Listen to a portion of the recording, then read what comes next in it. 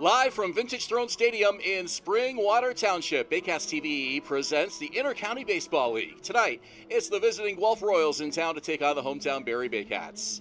Hi everybody, welcome to the ballpark. Julius, Hern, and Ben Davy with you, and squaring off tonight, arguably the two hottest teams in the IBL. The Barrie Baycats have won 8 of 10 coming into tonight's game. Their 2 losses came at the hands of their opponent tonight, the Guelph Royals. As for Guelph, they've won 4 in a row and have enjoyed some incredible pitching over that stretch, Julius, allowing just 2 earned runs over those 4 games. Yeah, it's been incredible to see from absolutely seem to be loaded Guelph Royals pitching staff, and tonight the Baycats are going to be facing Yuki Narita, who beat the Baycats last weekend, just a week ago tonight, in this ballpark. A 6-inning, 2-hit, masterful performance from Yuki Narita. It's going to be really exciting to see how this Baycats offense gets maybe a better look at him after seeing him just last week. 2 of the best pitchers in the IBL squaring off, Narita and Frank Garces for the Baycats. Here's one of the best PA announcers in the IBL to take us through the starting lineups, Rob Daniels with the batting orders. Rob, you're up. Clear.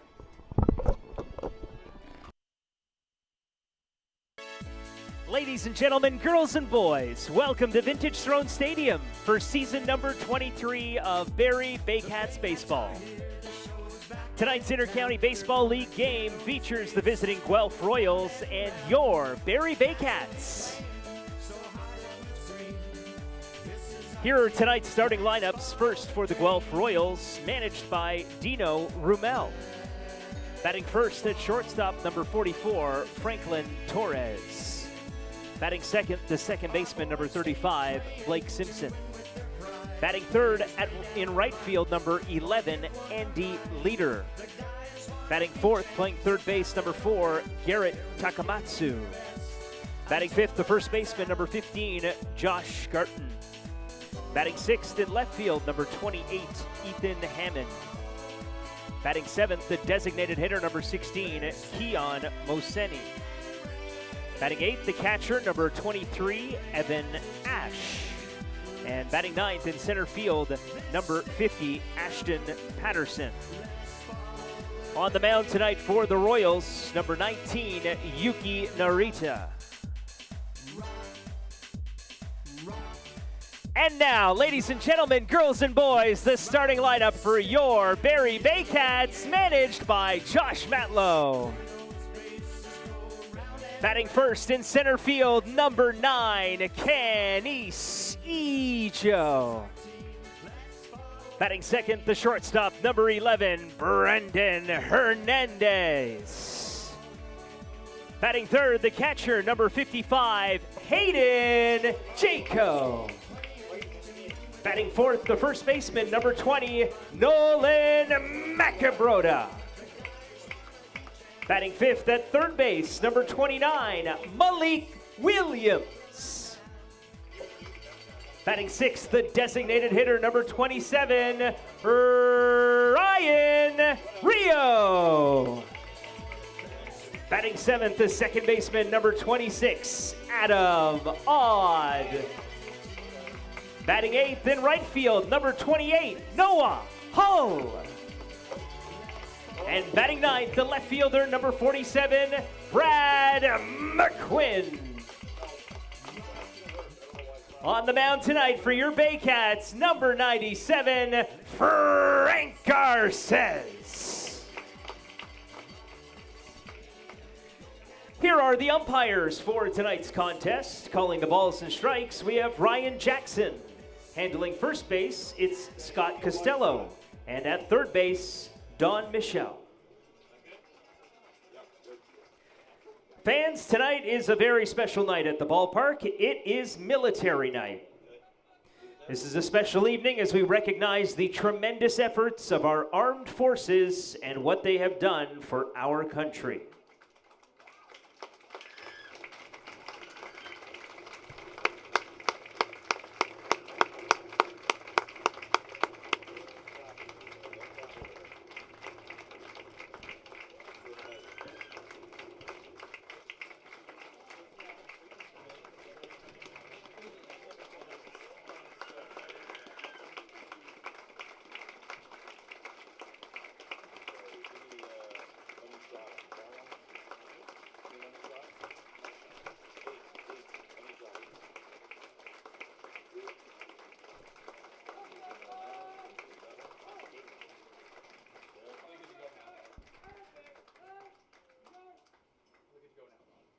The Barrie Baycats organization would like to celebrate, recognize, and thank members of our Canadian military, specifically those in attendance tonight, and thank you for your service.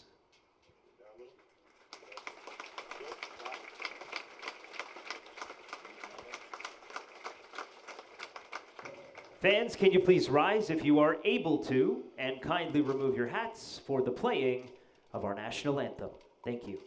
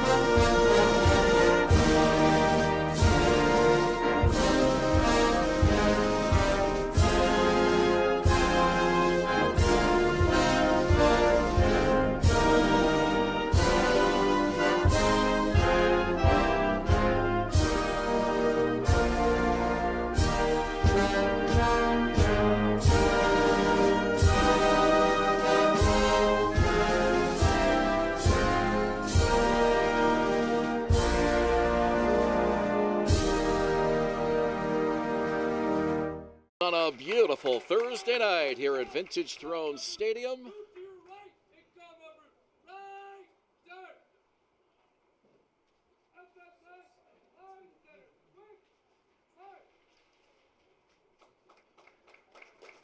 Once again, thank you to the Canadian military for their service.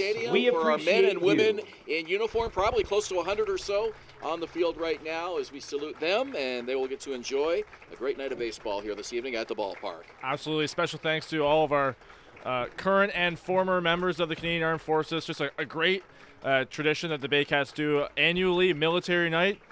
And I think everyone at the ballpark tonight, obviously thankful for contributions of our service members, but hoping for a great baseball game this evening. Absolutely. Well, it's a beautiful night for it here at the ballpark, about 20 degrees, a little bit of humidity, maybe 22, 23 with the Humidex right now, but a great night with a sunny sky, and skies should remain clear through the game. We've had some inclement weather off and on throughout the season this year, but that will not be the case here tonight on this gorgeous night at the ballpark. Let's look at the lineup for the Royals under manager Dino Rommel, and it'll be Franklin Torres, the shortstop, leading off tonight. Blake Simpson, the second baseman, batting second. Andy Leader, the veteran right fielder, bats third. Garrett Takamatsu at third base in the cleanup spot. Josh Garton, who made it to the Home Run Derby finals, he's at first base batting fifth. Ethan Hammond, the left fielder, batting sixth. Keon Mosades, the DH, batting seventh. That's Evan Ash catching and batting eighth. And Ashton Patterson, the number 9 hitter, in center field. On the mound for the Barrie Baycats this evening is Frank Garces. It's going to be a different look for the Guelph Royals because every time they've played the Baycats so far this season, it's been Cesar Rosado on the mound for the Baycats.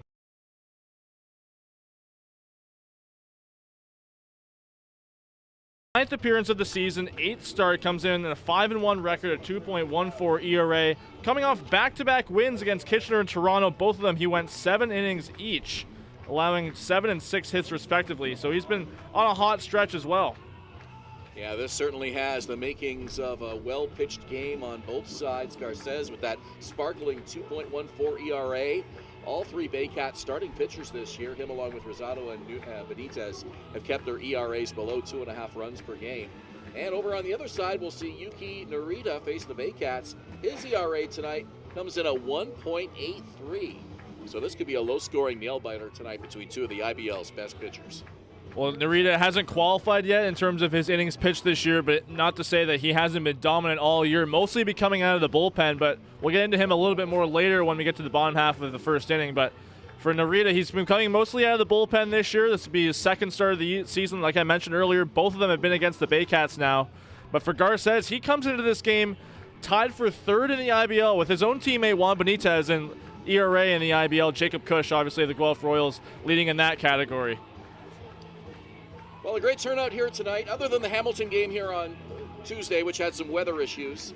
We've had some great crowds since the Paca Park night, which was here on Thursday last week against the Guelph Royals, and then a good crowd followed that up on Sunday afternoon against the first place Welland Jackfish. And another great crowd here on this Thursday tonight. Umpires tonight, it's the same crew we saw here on Tuesday. Ryan Jackson's behind home plate, Scott Costello behind the bag at first. Don Michelle, Tuesday's home plate umpire, handles duties over at third.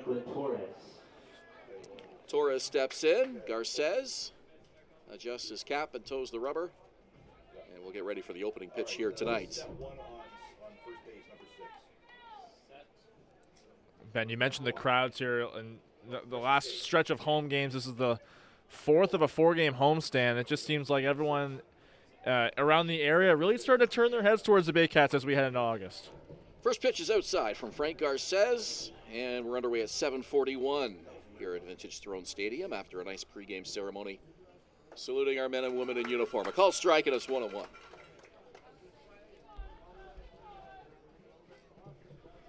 Ninth appearance of the season for Frank Garces, the left-hander. Winds and deals, and that's outside, 2-1.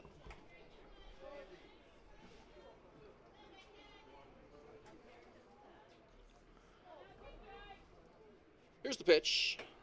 It's high and away, and working the count is Franklin Torres to 3 balls, 1 strike. Torres, a very disciplined hitter, former Los Angeles Angels prospect. Swing and a miss. Count is full. Just his 4th game. He's hitting .429 through those 3 previous games. 4 RBIs already through those 3 games, and he gets leadoff duties here tonight for Dino Ramel. Yeah, and an OPS over 1 just goes to show how dominant he's been so far. Swing and a miss. Garces with a strikeout. It's brought to you by IMP North. And there's 1 out in the top of the first. Give me the defense for the Barrie Baycats in the outfield from left to right. It'll be Brad McQuinn, Kenise Ejo, and Noah Hall. Meanwhile, in the infield, Malik Williams gets to start back at third base. Brandon Hernandez at shortstop. Adam Ott is back in the lineup at second. Noah Macabrota is over at first base with Hayden Jacob behind the dish for Frank Garces. This is Blake Simpson. Played just 6 games, but he's atop the batting average leaders for the Royals coming into tonight with a .480 average. 2 homers, 11 RBIs. A good run production here at the top of the order with Torres and Simpson 1-2. Keep in mind how important he was to their 5-0 win just a week ago. That bases clearing double in the 7th inning for the Guelph Royals really kind of propelled them to that win after Cesar Rosado came out of the game after 6 innings, and his no-hit bid fell apart from there. And it was late innings that unraveled on the Baycats here on Thursday night after a well-pitched game from Cesar Rosado. This one on the ground to third, and it's handled easily by Malik Williams. The throw over in time, 2 away.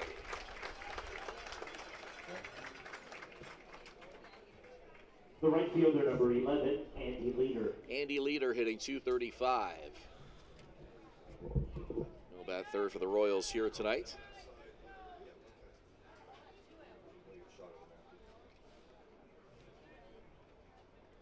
Frank Garces rubs up a fresh baseball. Dominican left-hander, one of 3 Dominicans in this Baycat top 3 in the starting rotation, along with fellow countrymen Cesar Rosado and Juan Benitez, who originally hails from the Dominican Republic as well. Swing and a miss, 0-1.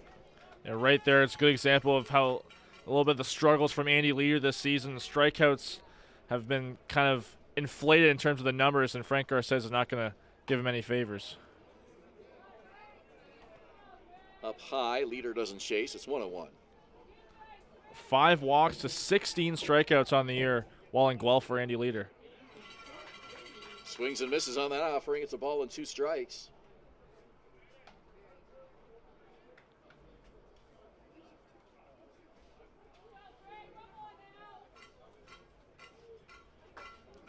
Two away, we're on the top of the first at Vintage Throne Stadium. Garces to Leader, and it's a swing and a miss. Strike 3. That's brought to you by IMP North. Frank Garces gets the side in the first. Baycats come to bat. We're scoreless here at Vintage Throne Stadium. You're watching Baycats TV and Rogers TV Barrie. From basic to cosmetic dentistry, Smiles on Essa Dental has all your dental needs covered to knock your oral health out of the park. Hi, I'm Chrissy Fans from 400 Chrysler and Barrie Chrysler Dodge Jeep Ram. This year, we are the community partners of the Barrie Baycats. Community is near and dear to our hearts here at the dealerships and one of our core values, so we can support local and shop local.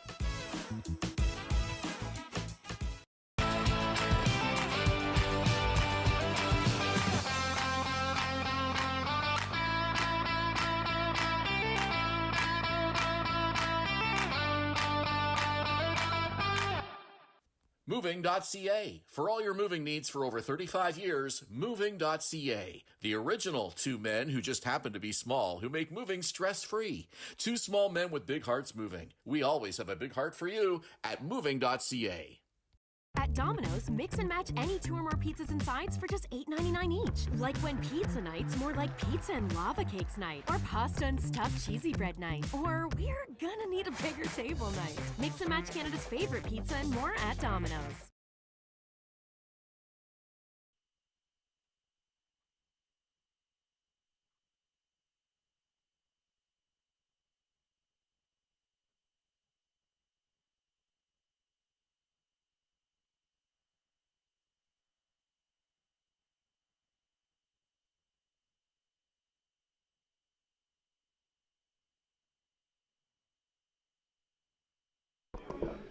Welcome back to the ballpark. Bottom of the first inning upcoming. It's brought to you by McDonald's Barrie, home of the free fries with 5 Baycat strikeouts. Josh Matlow's 9 tonight looks as follows. Canisijo, Brandon Hernandez, Hayden Jaco, Nolan Macabronis, the cleanup man at first base. Malik Williams at third, Ryan Rio DHing. Bottom third of the order, Adam Odd, Noah Hull, and Brad McQuinn. Canisijo, the only player to start every game for the Baycats this season. He has been as reliable as you could possibly ask, and he has stayed healthy too. Noel McGarry-Doyle still on the shelf with an injury. They hope to have him back sometime soon, certainly before playoffs. Check to swing. They'll appeal. No need to appeal. It's a called strike. 0-2. Canisijo has reached base safely in 9 straight games. Just goes to show how reliable he's been in that leadoff spot, especially. Tailor-made for that number 1 spot in the order. Leading the Baycats in runs scored. This one right up the middle. And it's past the shortstop, Franklin Torres. Baycats get the first hit of the night, and it comes off the bat of Canisijo. Number 11, Brandon Hern. Speaking of Franklin Torres, we'll give you the defense for the Guelph Royals. In the outfield, we got Andy Leader in right field. Ashton Patterson gets the start in center with Ethan Hammond on his right in left field. Meanwhile, in the infield, it'll be Josh Garton at first, Blake Simpson back at second base, Franklin Torres there at short, Garrett Takamatsu third with Evan Ash behind the dish. So Narita will work with the base runner here. And he is well aware of Canisijo's speed. As he takes a healthy lead, does not go, and the pitch is inside.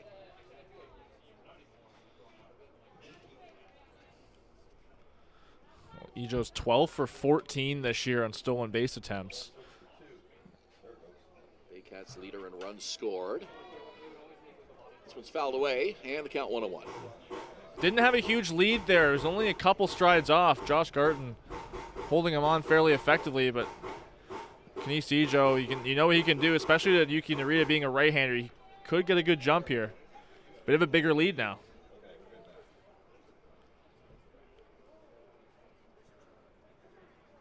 Runner goes. Pitch is outside. Here's the throw, the tag. He's out. Canisijo caught stealing for just the 3rd time this season. I saw Canisijo. He was really leaning, like you could tell he was going to go, but he didn't have enough of a lead to get the kind of extra stride he would have had to get to make that a stolen base. And Narita wasn't really even paying that much attention to him. Narita continues to work from the stretch even with the bases empty, and a foul ball makes it a 2-2 count.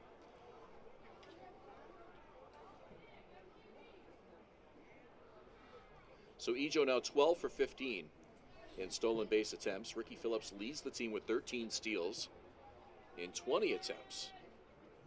Here's the pitch. On the ground, weakly to third. Takamatsu handles it, makes the throw. It's low. It's in time, though, as it bounces up and into the glove of Josh Garten. Well, all around, a underratedly great play there on defense. Takamatsu saw that ball kind of go off the lip of the grass on the infield, had to make a quick reaction to gather it, and then a nice pick on the other end from Josh Garten to complete that 5-3 putout. Hayden Jaco and his fourth, 342 average. Another guy who has been a fixture in this Baycats lineup, 23rd game.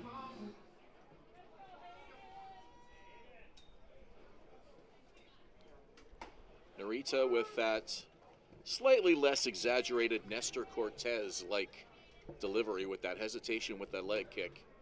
Likes to take his time and throw off the batter's timing. Pretty consistent with it, though. He doesn't seem to vary that a whole lot. Well, for sure you didn't see it when Ejo was on base. Didn't have the opportunity didn't have the chance to even test that out because you don't want Ejo to steal on you. More often than not, stolen bases are stolen on the pitcher rather than the catcher. 0-2, and it's a fly ball. Shallow right center. Patterson gives way to the second baseman. Blake Simpson is back for it, and he'll take it for the out. So the Baycats go 3 up, 3 down. After the single to Kenise Ejo and the caught stealing, and we go to the top of the second inning. No score here at Vintage Throne Stadium.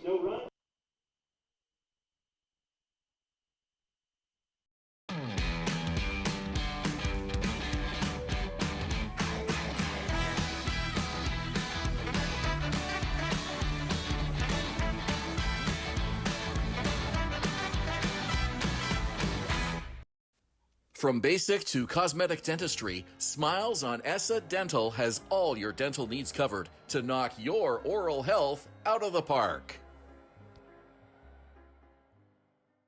Danielle May Real Estate, supporting the Barrie Baycats and ready to help with all of your real estate questions. What is your home worth? Should you sell now or wait? Danielle is dedicated to your success. The next time you think real estate, think Danielle May.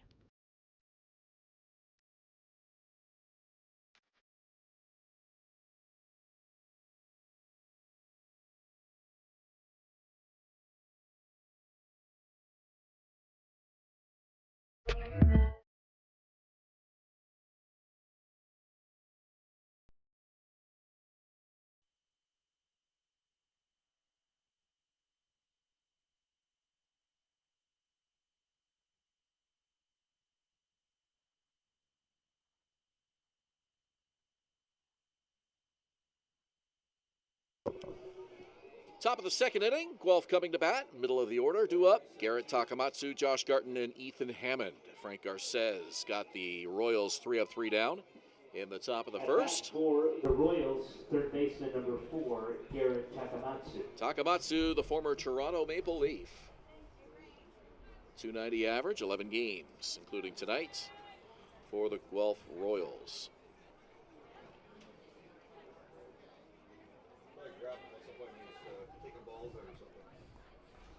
Frank Garces with the first pitch. Just misses outside, ball 1. Takamatsu, great hitter, earned his spot at the All-Star game last weekend.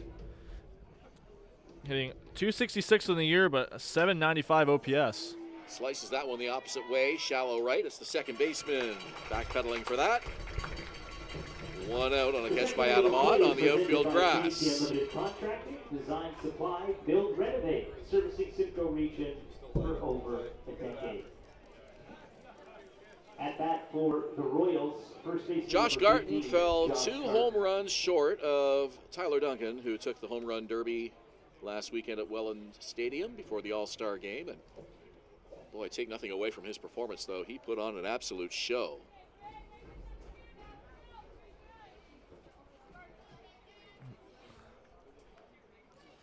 First pitch from Garces is a called strike. Well, Garden had a couple hits that, so in Welland, we've talked about this before, but they went over the house that's beyond the right field wall. It's a little neighborhood just behind Welland Stadium there.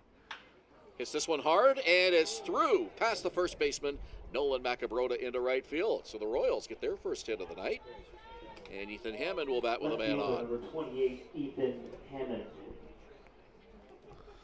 Looked like it could have been an easy play there for Macabrota, but had to go a little bit too far over to his right. He just wasn't able to catch up to that hard hit ball by Garton.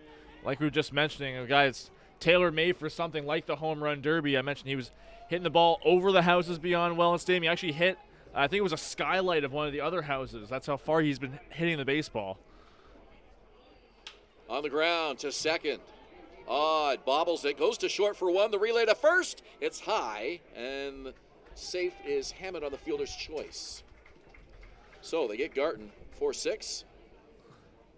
It seemed like Garton was anticipating that double play to be cleaner because he slid and tried that pop-up before he even got to the bag. So if he had maybe taken a couple strides before he started his slide, he might have gotten in there safely and there would have been 2 on.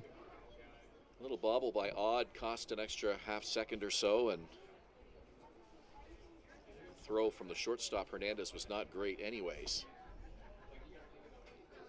So 2 outs, inning will continue. Here's Keon Moseni. That home run derby, it was 3-minute rounds, and you could see how gassed those players were in the last minute, 30 seconds. Especially getting into the second and third round of that. It's a lot of swinging. Well, being under the pressure of the time, you got no time to, kind of take a breather unless you use your 1 timeout. But even when you use your 1 timeout, you're basically doing a sprint through batting practice is how it feels. And a couple of the guys used their timeouts early, like before the halfway mark. So that really makes those final seconds and those last few swings really, really hard. Well, and even saw Garton right at the end, the last 5 seconds just collapse. He knew he wasn't going to catch up to Tyler Duncan.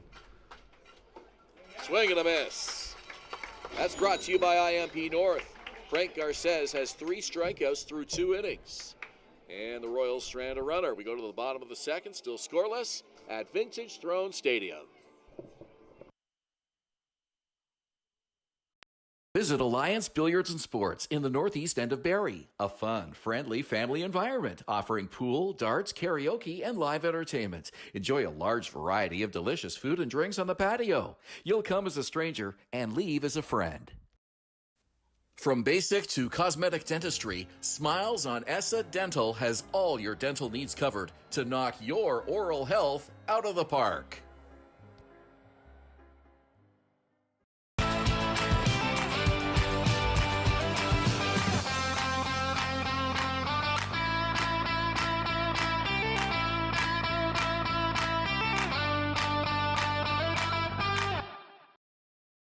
BarrieToday.com. Local news, weather, Baycat scores, and more.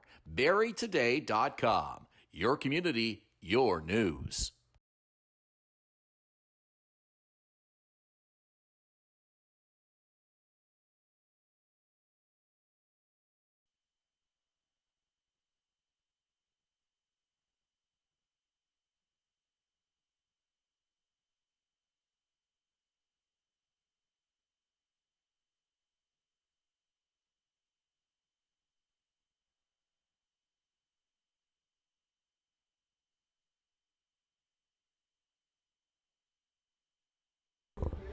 Welcome back to Vintage Throne Stadium. Bottom of the second coming up.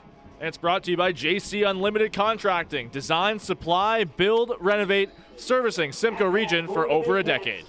Nolan Macabrota, who's having an outstanding rookie season, will lead it off here for the Baycats in the bottom of the second. Malik Williams, Ryan Rio will follow. 4 Baycats have 4 home runs and 17 RBIs each. Macabrota, one of them.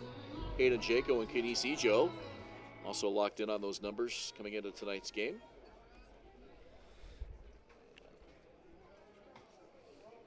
Well, in that rain-shortened game Tuesday night against the Cardinals, Macabrota only got up to the plate once. His 8-game hit streak ended, but he's still reached in 14 straight games.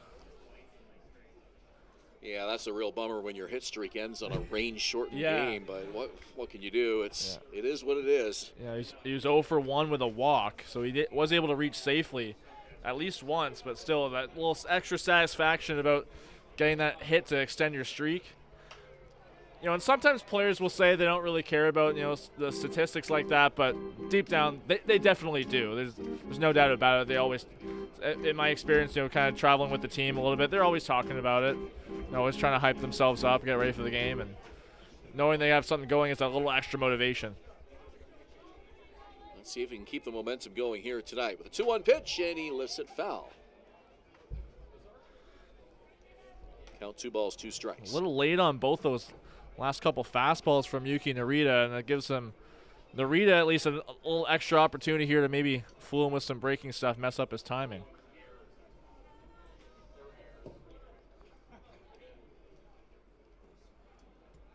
Narita kicks and deals, and it's on the ground down the line, foul ball. And you can tell McAbro right there, he was anticipating that breaking ball after seeing those last 2 fastballs, and just more early on it than he was late on the fastballs. He sliced one, he's pulled one. Let's see if he can get one right up the middle here with this 2-2 count. He's got some room down that third base line too if he wants to go there.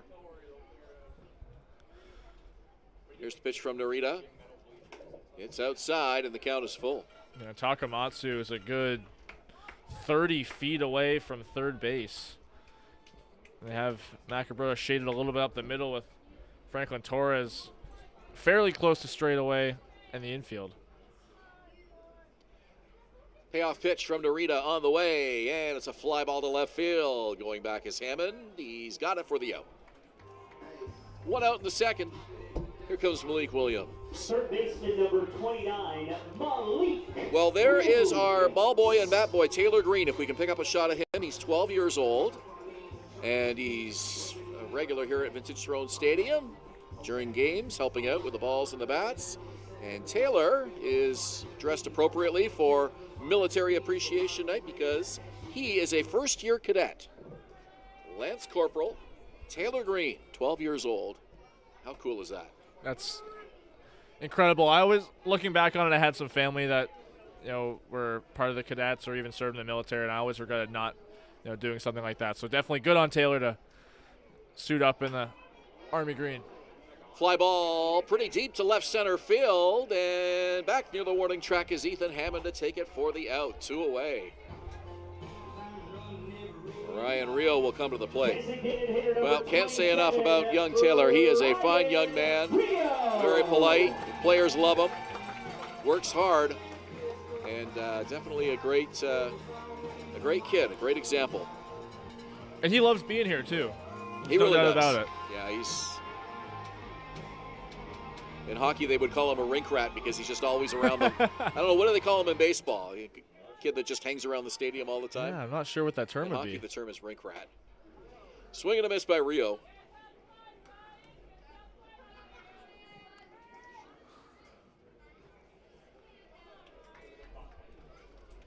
Ryan Rio trying to get the average back above 200.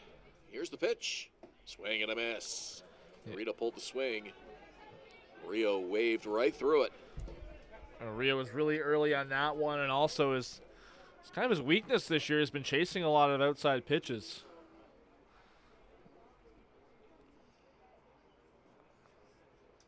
Here's the 0-2. Taking all the way, and it's high outside. He hasn't gotten a lot of pitches in his sweet spot this year, which is kind of middle in. Rio's great at keeping his hands in, but he's also great at pushing the ball the other way. Strikeout total's always been a little on the high side for Rio throughout his career, but in the past he's compensated with very good offensive numbers, both batting average, home runs, and RBIs, but has struggled to find that rhythm here this year in 2024.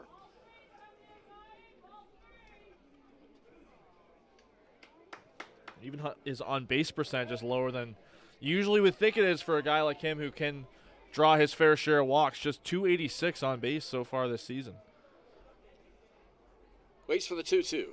And it's hit to right field, and it's a fair ball. Down the right field line, Rio's going to go for 2. Ball picked up by Andy Leader. The throw's not in time. It's a stand-up double for Ryan Rio. Well, this crowd knows how big of a hit that was for Ryan Rio, trying to get his momentum back, and Narita really left a hanging curveball in Ryan Rio's kind of. You can see his eyes probably lit up at that hanging curveball, middle low in on the zone. Exactly where Ryan Rio wants it. Pulls it just fair down that right field line. Good hard hit, well-placed ball. He wasn't up there swinging for the fences, just trying to put it in play, and was able to lace that one down the right field line for extra bases. A 2 on for the Baycats. First extra base hit in 7 games. His last one was a home run in Kitchener a couple weeks ago. Has 3 home runs on the season. Pitch to Adam Ahmad, and he fouls that back to the screen. Well, that's another guy in this lineup. You look at him being in the 7th spot, and maybe you shake your head at it, but he's also been struggling quite a bit this year, coming off of a breakout season where he led the team in batting average. Last year, I believe his batting average was .370, earned a first-team All-Star nod, but this year just the batted ball luck hasn't been there for him. Yeah, .390 odds average 390. last season through 30 games, and Rio hit .359. So if you were to pick 2 Baycats at the start of the season who would be hitting below .200, you certainly wouldn't have picked those 2. The encouraging thing is if those 2 can get going, the rest of the lineup looks pretty fierce. Called strike. Odd thought that was outside, as did some of the fans behind home plate. 2 balls, 2 strikes.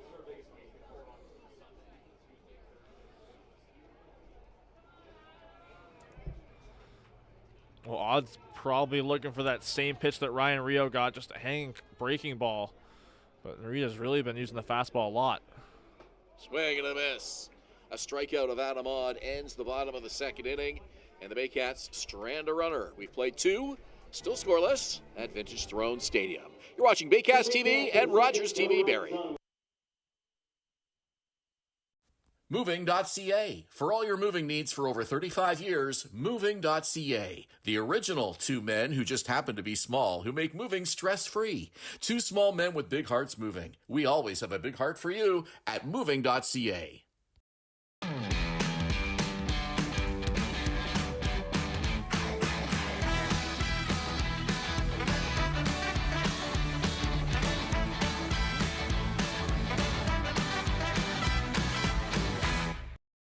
The only North Barrie Market, your go-to for homemade meals, catering service, and the freshest locally sourced meat. Get ready for an unforgettable barbecue experience with Barrie Best Barbecue coming soon. All at North Barrie Market, 580 Bayfield.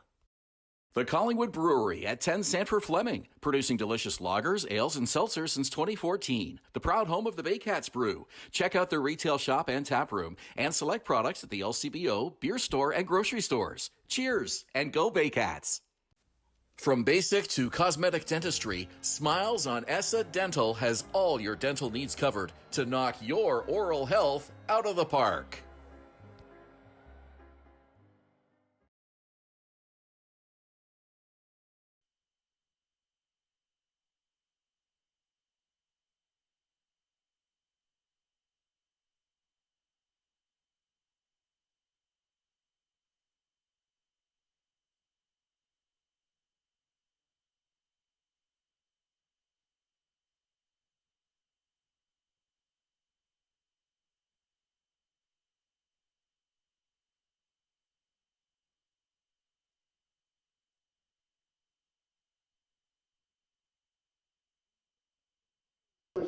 Julius Hern and Ben Davy at the ballpark at Vintage Throne Stadium. Thursday night, late July, Baycats Royals.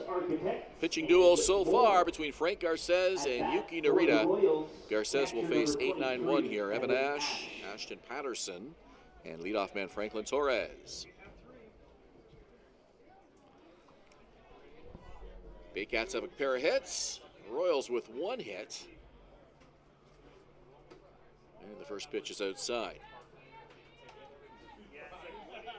Well, before we get too far into the ball game tonight, I wanted to mention how great it was to catch up with my friend as this one's lifted down the right field side foul.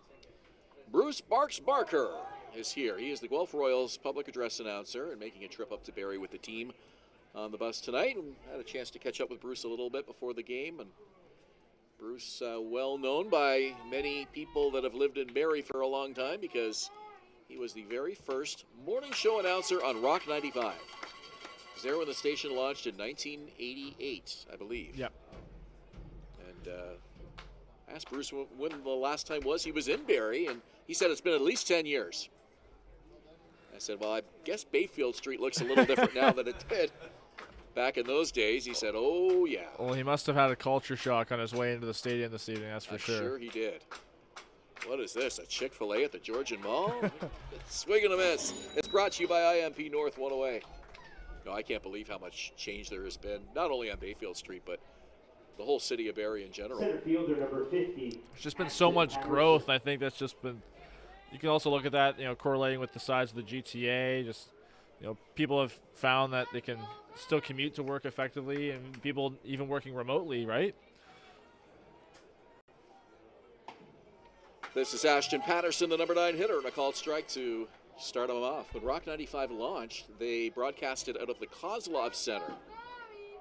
I got a chance to sit in with their morning show one time. I was part of another station that was launching here in Barrie a few years later, and Kozlov Center looks a lot different today. That food court is where all the teenagers hung out here in town. Nothing down there now, I don't think. But no, it's kind of desolate when you walk in. Yep. 1 ball, 2 strikes to Ashton Patterson.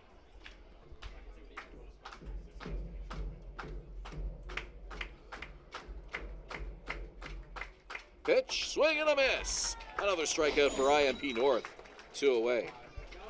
Garces is dealing that one. The high heat gets Ashton Patterson. That make that already 5 strikeouts for Frank Garces, and 3 in a row as well.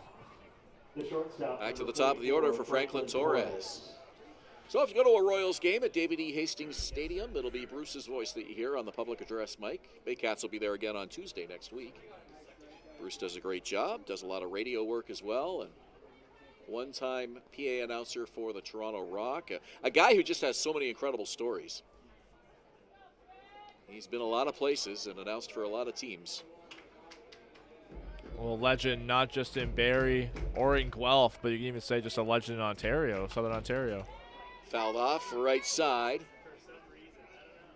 Fun fact, Bruce announced the last professional sporting event in Maple Leaf Gardens history, and that was the Toronto Rock's championship game against, it was either Buffalo or Rochester. It was in 2000. This one on the ground to short, or to second, excuse me. Easy play for Adamon, and that'll do it. The Royals go 3 up, 3 down in the top of the 3rd inning. Baycats coming to bat, still 0-0. You're watching Baycats TV and Rogers TV in Barrie.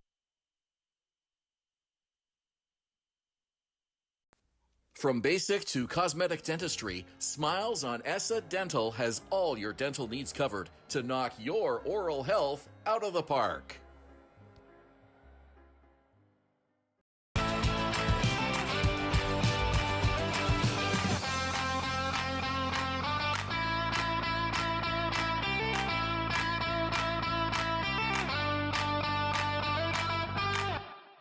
Domino's, mix and match any 2 or more pizzas and sides for just $8.99 each. Like when pizza night's more like pizza and lava cakes night, or pasta and stuffed cheesy bread night, or we're gonna need a bigger table night. Mix and match Canada's favorite pizza and more at Domino's.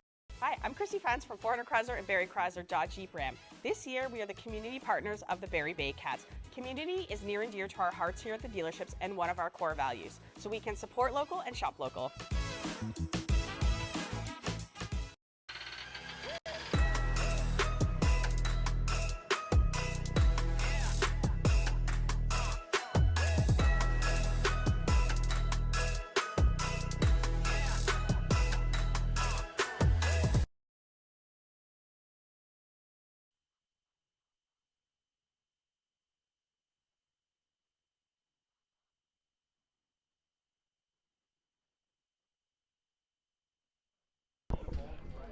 Welcome back to the ballpark, everybody. It's the bottom of the 3rd inning, and it's brought to you by Render 3D Quick, the #1 architectural 3D rendering company in Canada, working with thousands of builders, developers, architects, and more.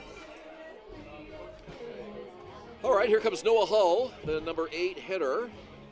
Back in the lineup after missing a few games due to injury. Brad McQuinn to follow in left field, and then Canisijo at the top of the order. Yuki Narita allowed a base runner in each of the first 2 innings. Got Canisijo in a caught stealing. Ryan Rio stranded at second after hitting a double.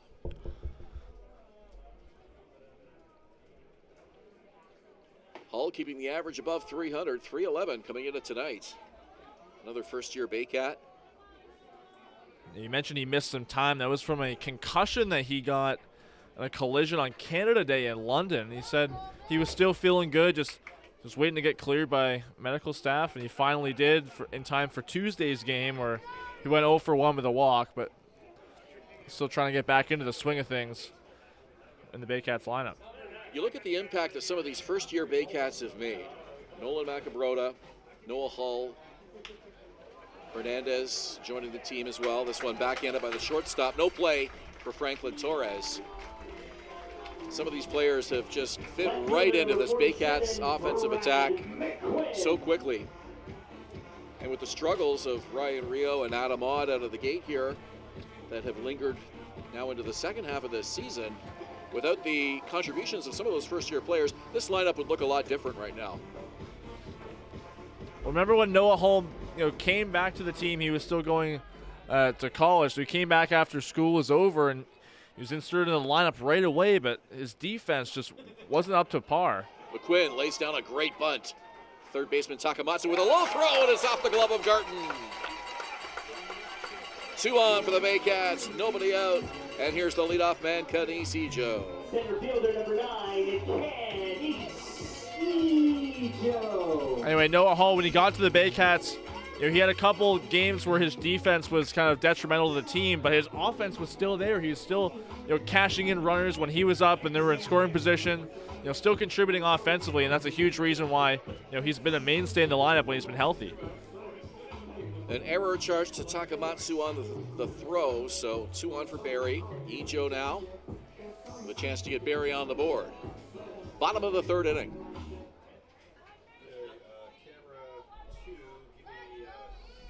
Corners playing in for Guelph here. That is definitely not what Narita wanted to do. He has loaded the bases here with nobody out. And now the hot-hitting Brandon Hernandez with his .406 average. Number 11, Brandon Hernandez. Baycats threatening here in the bottom of the third. Well, this is why as a GM you want to continually be adding pieces to your team, and that's exactly what Josh Matlow has done, bringing in these first-year players that have made an immediate impact. Well, it's going to be all more important for Matlow as we head into Monday's roster cutoff deadline. First pitch is high. So Baycat, former Baycat now, shortstop Carson Burns has been traded. I don't think we mentioned that yet. Traded to the Guelph Royals, not in the lineup tonight. Yeah, the Royals expecting to be back in their game against Chatham on Saturday. That'll be his first time in Royal Blue. Traded Baycats always have had a history of having big games when they come back to Barrie. So I'm sure Baycat fans were quite relieved to see that Carson is not in the lineup quite yet with Guelph. We saw Victor Plaz have a huge night against the Baycats in his first game, along with Marcel Lacasse, who I believe hit a grand slam. Christian Kuzemka, another one that comes to mind. As this one's hit to center field, it's going to stay in the park. Patterson sees it, and he has it. And the runner at third, Noah Hull, did not tag up. The other 2 runners did. I'm not sure what happened to Noah Hull, if he lost his footing a little bit there at the bag.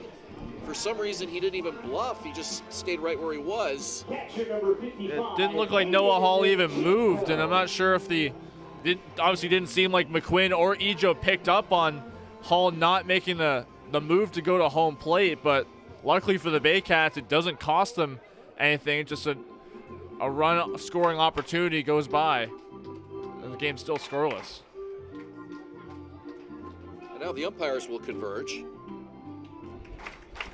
Brian Jackson, Scott Costello, Don Michelle. I don't know.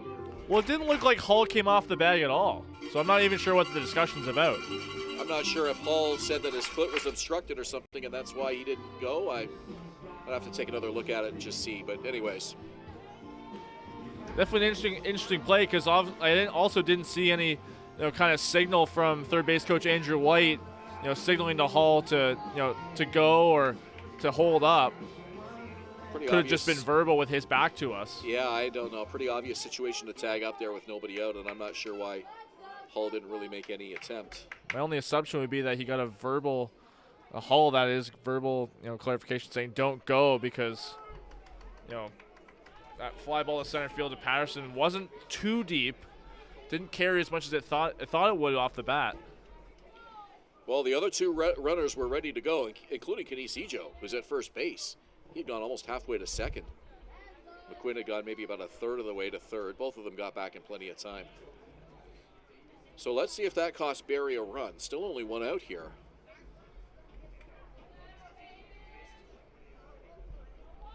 But best case scenario after something like that happening is you got Hayden Jaco up, who's been ever so dangerous throughout the entire season thus far. Nice grab by Evan Ash on the backhand. Keep that one from going to the backstop. 2-1. Double play, a definite possibility here for the Royals. Torres at short, Simpson at second. They'll be ready for the ground ball. Hull at third, McQuinn at second, Ejo at first. One out. Baycats looking to get on the board first here. We're in the bottom of the third. Narita's pitch, it's inside. It's a 3-1 count. Good take there from Hayden Jaco. Usually also a hitter that doesn't like to, chase those inside pitches, likes to stuff a little bit further out over the plate, something that he can go the other way with. Jaco knows here he is going to see a good pitch on 3-1. Nowhere to put him. Here's the pitch from Dorito. Swing and a miss. Home run cut. Couldn't connect, and it's full.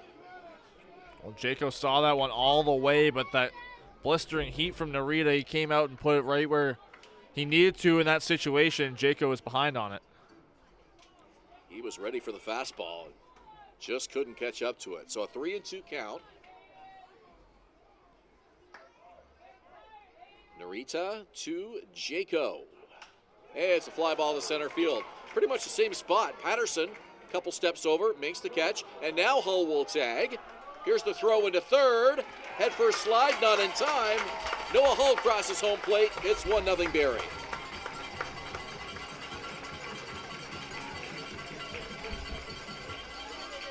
First baseman number 20, Nolan Macabrota.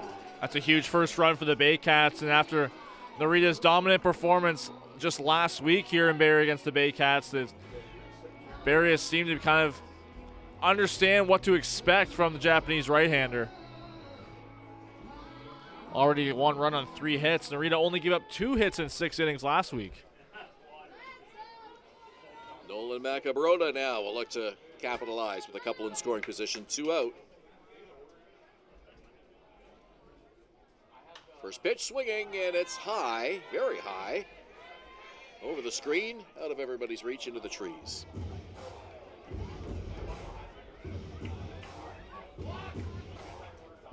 So Noah Hull scoring the game's first run on a fly ball. Sac fly off the bat of Hayden Jaco. Macabrota will try to put a ball in play here and keep this inning alive. 1-0 Baycats. Runners lead as Narita looks in. To the belt. It's inside, and the count is even. Got Cool Cat here tonight, wearing the Throwback Thursday red jersey, dancing around behind home plate. Maybe trying to get in Narita's head a little bit here with some visual distractions.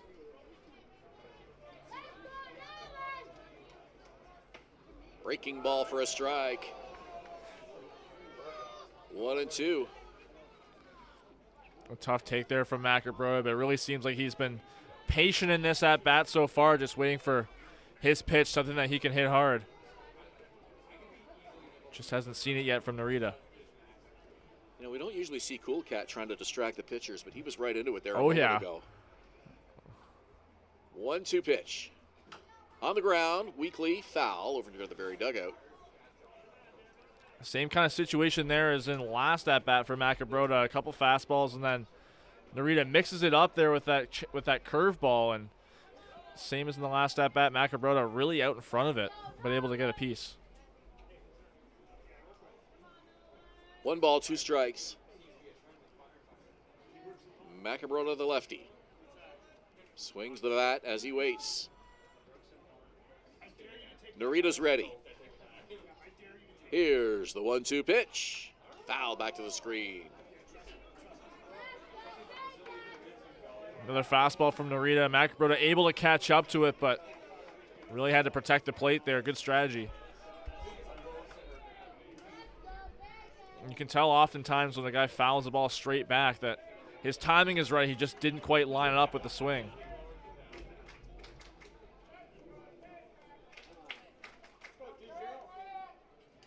Narita to Macabroda. Here it is. And he fouls it again. That one at home plate. Rolls over to the on-deck circle. Well, as good a hitter as Macabroda is, it's exemplified right here in this at-bat. Just really been able to work and protect the plate. Putting together a great effort against Yuki Narita. Royals pitchers had logged 16 consecutive scoreless innings before that sac fly by Hayden Jaco brought in Noah Hull. That tells you what kind of a run they were on. And this one's hit hard to right field. And it's over the head of the right fielder, Andy Leader. It goes all the way to the wall. 2-run score. And in sliding with a double is Nolan Macabroda. 3-0 Barrie. Well, patience pays off for Nolan Macabroda. He finally got his pitch. That lower inside part of the zone, similar to what Narita gave to Ryan Rio, and he makes him pay with a 2 RBI double. So after 16 consecutive scoreless innings for this Royals pitching staff, Narita allows 3 earned runs here in this third. 2 outs for Malik Williams. Runner at second, that's Macabroda. Inside for a ball. Well, coming into tonight, Royals pitchers had only had a 196 batting average against with runners in scoring position, but the Baycats have turned that mark upside down in this game so far. The 14 consecutive scoreless innings they brought into tonight's game all came against the Hamilton Cardinals. They just finished a pair of road games there. This one to short, and it's gloved by Torres. The throw to first is high, but plenty of time to get the slow-footed Malik Williams as Garton comes up with it. And Williams is retired. So that does it for Barrie. They score 3 in the bottom of the third. 3-0 Baycats. We go to the fourth. You're watching Rogers TV and Baycats TV on YouTube.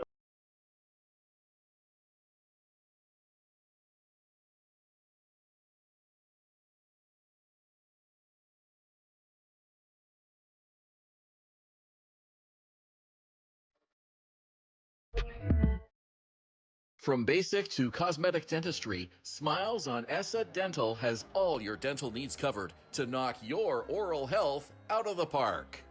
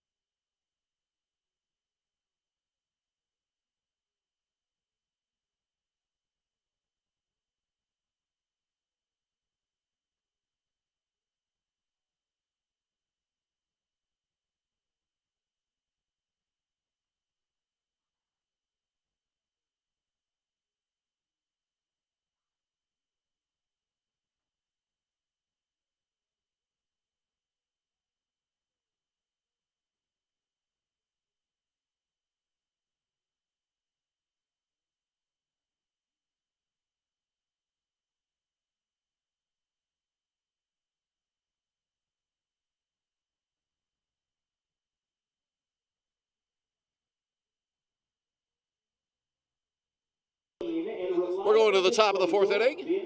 Ben Davy, Julius Hern, and our Baycats TV crew here at Vintage Throne Stadium. Guelph Royals trail by 3 against Frank Garces and the Barrie Baycats. The second baseman, number 35, Blake Simpson. Blake Simpson to lead it off, the number 2 hitter and second baseman.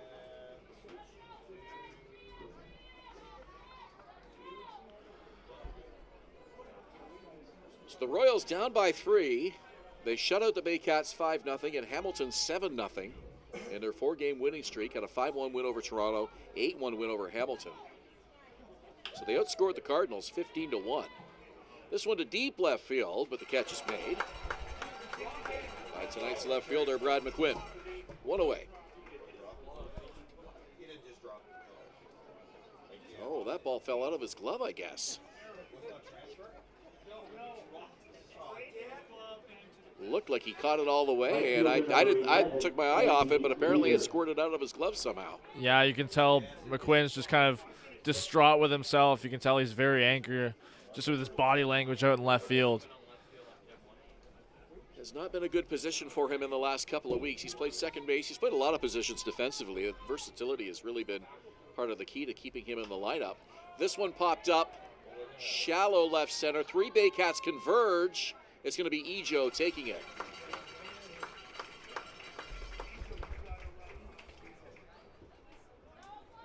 So Simpson is on, 1 out, and here's Garrett Takamatsu.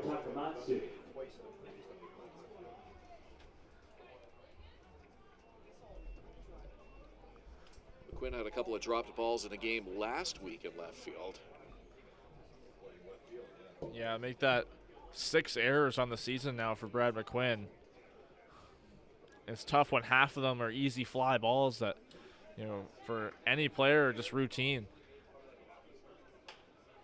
Here's one to the right side. On the outfield grass, and it's dropped. Going back for it was Adam Ott. A tough play as he had to try to catch that one with his back to home plate. He had the right fielder coming in as well, Noah Hull.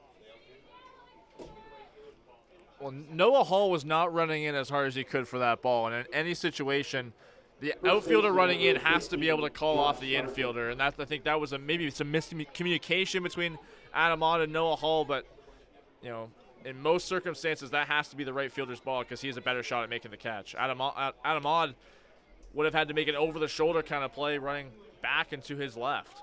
Yeah, I don't think Hull called Ott off, otherwise he would have bailed on that one. As you mentioned, that would have been a very difficult catch for him, and as a result, he followed through with it. But even just Noah Hull, you can tell he had a little bit more effort to give there, and he didn't have it in the tank. Garton slices that foul over near the bullpen. But if you want to go back further for Adam Ott, that being a tougher play, and that's kind of the play where him and Noel McGarry-Doyle collided in right field in Welland. Yeah, after a serious collision, that's going to be in the back of your mind for a while. Just not a play you want to see repeated all the time. Garces kicks and deals. High fly ball to center field. Ejo has that all the way. Makes the catch, runner tags, and just bluffs. And back just in time was Blake Simpson. He came a little far off that bag, and Ejo fired it in pretty quickly. Yeah, a couple extra steps off the bag there for Simpson. Ejo trying to catch him napping there, but he just sort of casually stepped back to the bag, and Ejo keeping him honest. So 2 away, and Ethan Hammond now the left fielder will bat.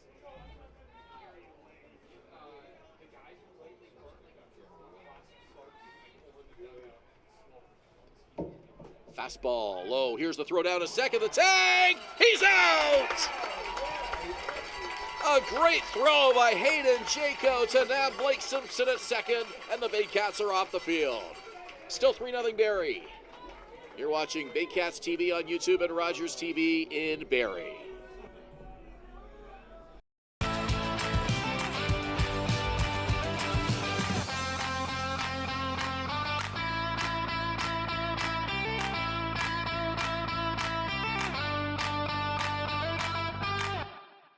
Visit Alliance Billiards and Sports in the northeast end of Barrie. A fun, friendly family environment offering pool, darts, karaoke, and live entertainment. Enjoy a large variety of delicious food and drinks on the patio. You'll come as a stranger and leave as a friend. From basic to cosmetic dentistry, Smiles on Essa Dental has all your dental needs covered to knock your oral health out of the park. BarrieToday.com. Local news, weather, Baycat scores, and more. BarrieToday.com. Your community, your news.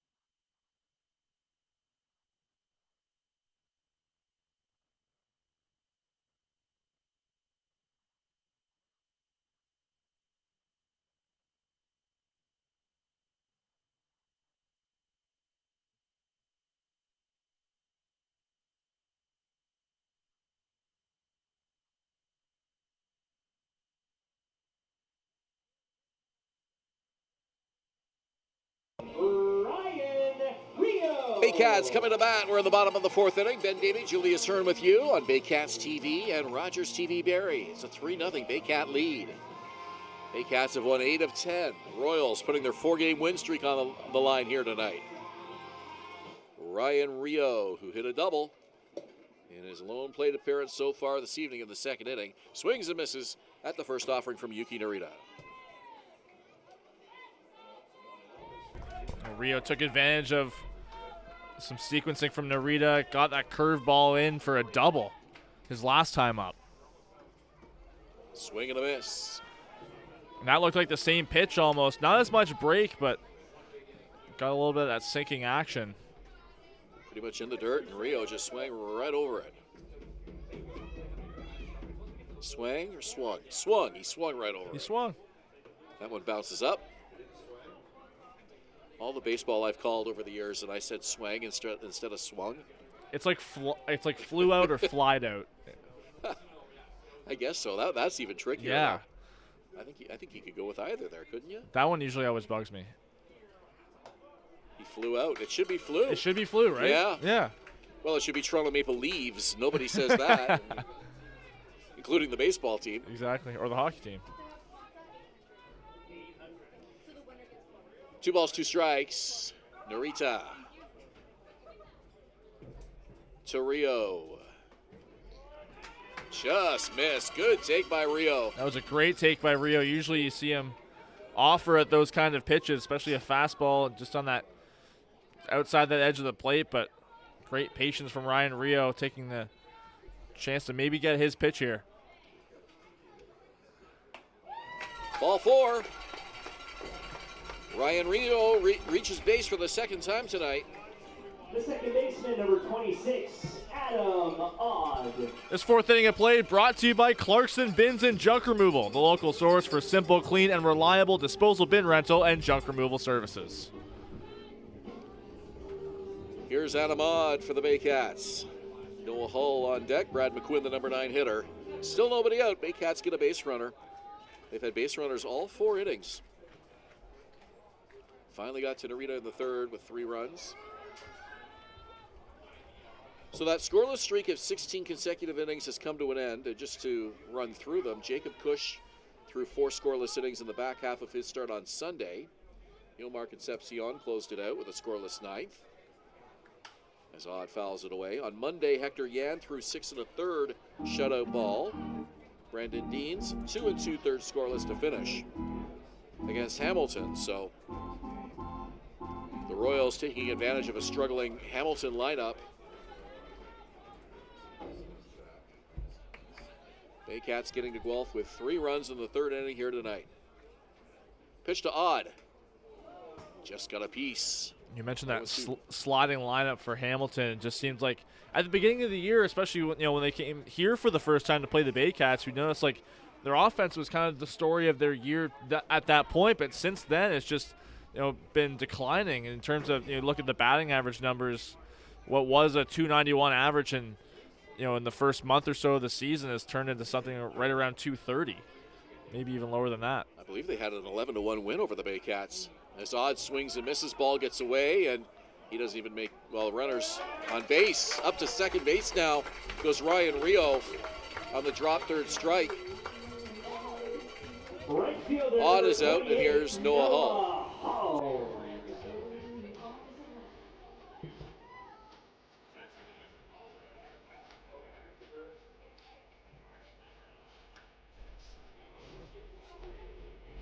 So Hall singled and scored the game's first run in the third. Did not reach base in the rain-shortened game here on Tuesday night against the Cardinals. First pitch is a strike.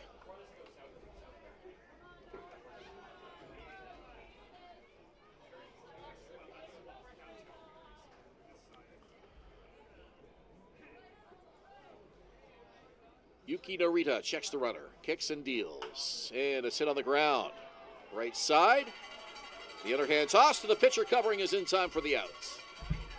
Runner advances, but 2 away now for the number 9 hitter. Well, Noah Hull made that play a little bit closer than you would expect on that slow roller. I'm not sure Yuki Naria looked like he had to kind of get his footwork together. Maybe has feet shuffled, trying to time it up right with the toss from Josh Garten over to first base, but definitely a closer play than you'd anticipate there. Nonetheless, a productive at-bat for Noah Hall, moving the runner over. So Rio at third base now.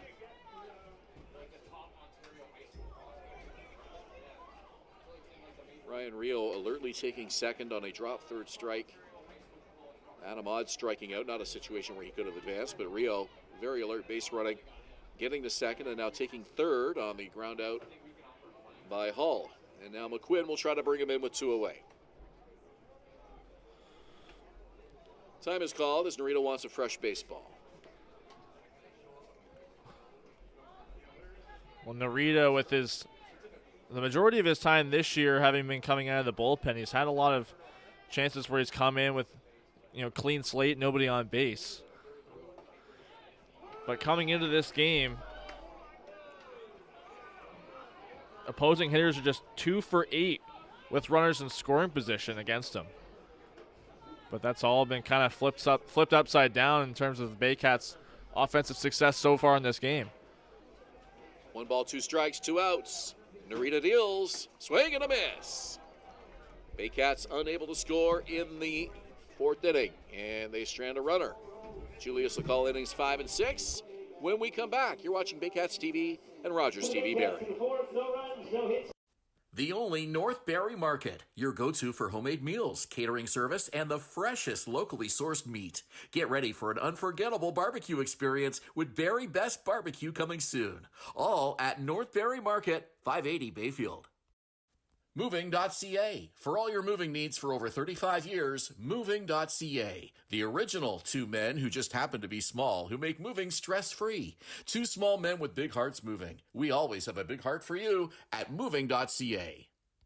The Collingwood Brewery at 10 Sanford Fleming, producing delicious lagers, ales, and seltzers since 2014. The proud home of the Baycats Brew. Check out their retail shop and tap room, and select products at the LCBO, beer store, and grocery stores. Cheers, and go Baycats! From basic to cosmetic dentistry, Smiles on Essa Dental has all your dental needs covered to knock your oral health out of the park.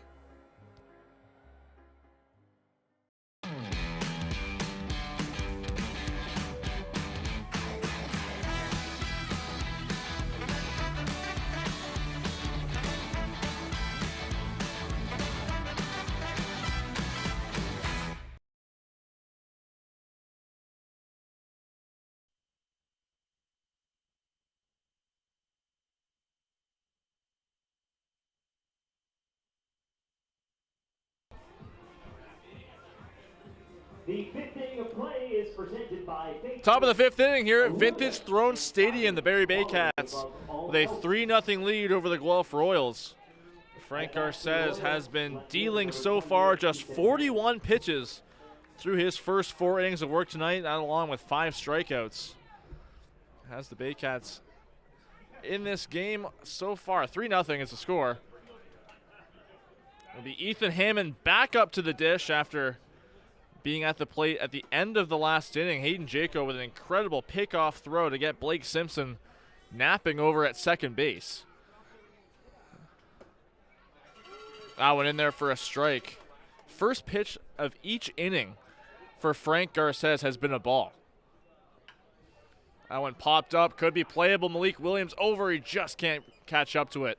It drops in foul territory.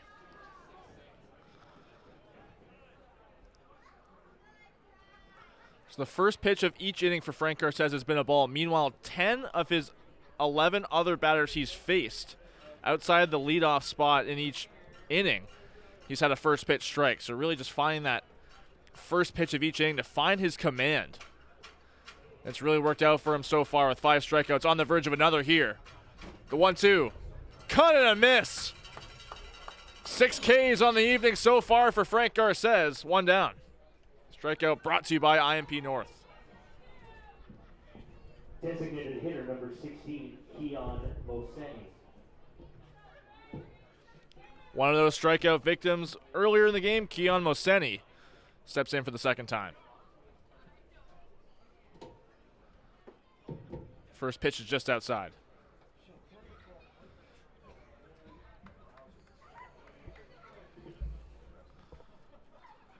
Frank working quickly there. That one fouled off back to the screen.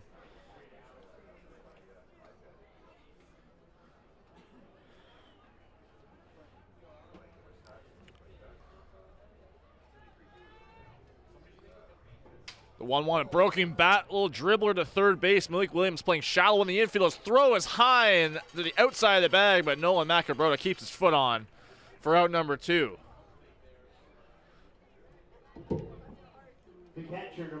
Moseni making that play a bit more difficult, rushing Malik Williams a little bit there, but seasoned third baseman making the throw over. That'll bring up Evan Ash. First pitch from Garces, foul back to the screen.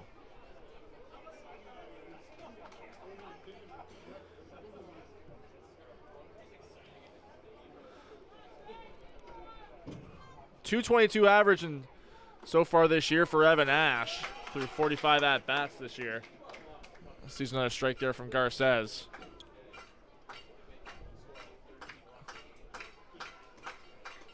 See if Garces can close it out here, and he does. A cut and a miss from Evan Ash. 3 up, 3 down. Go the Royals in the top of the 5th. Make that 7 strikeouts for Frank Garces. We'll head to the bottom of the 5th on Baycats TV and Rogers TV in Barrie. At Domino's, mix and match any 2 or more pizzas and sides for just $8.99 each. Like when pizza night's more like pizza and lava cakes night, or pasta and stuffed cheesy bread night, or we're gonna need a bigger table night. Mix and match Canada's favorite pizza and more at Domino's. From basic to cosmetic dentistry, Smiles on Essa Dental has all your dental needs covered to knock your oral health out of the park.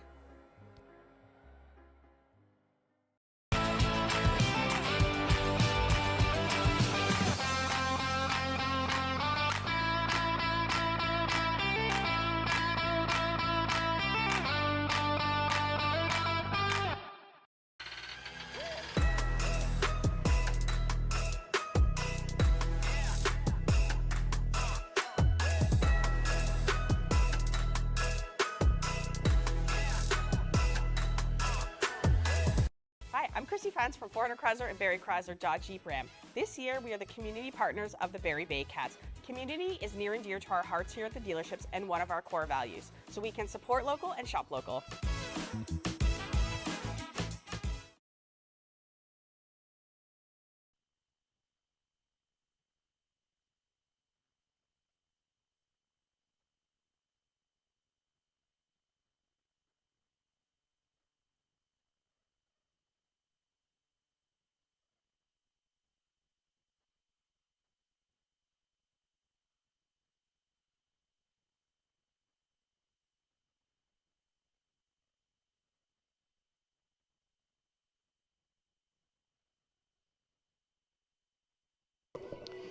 Julius, Hern, and Ben Davy as we go to the bottom of the 5th inning. It's brought to you by Phaetrum, aluminum and siding, quality above all else. Back to the top of the order for the Barrie Baycats and Kenise Ejo. And then Brandon Hernandez and Hayden Jaco. Ejo has already extended his on-base streak to 10 games in this one. A single in the first, he was later caught stealing, and then hit by a pitch and scored in the 3rd. See what he can do here against Yuki Narita, who's back out for a 5th inning of work.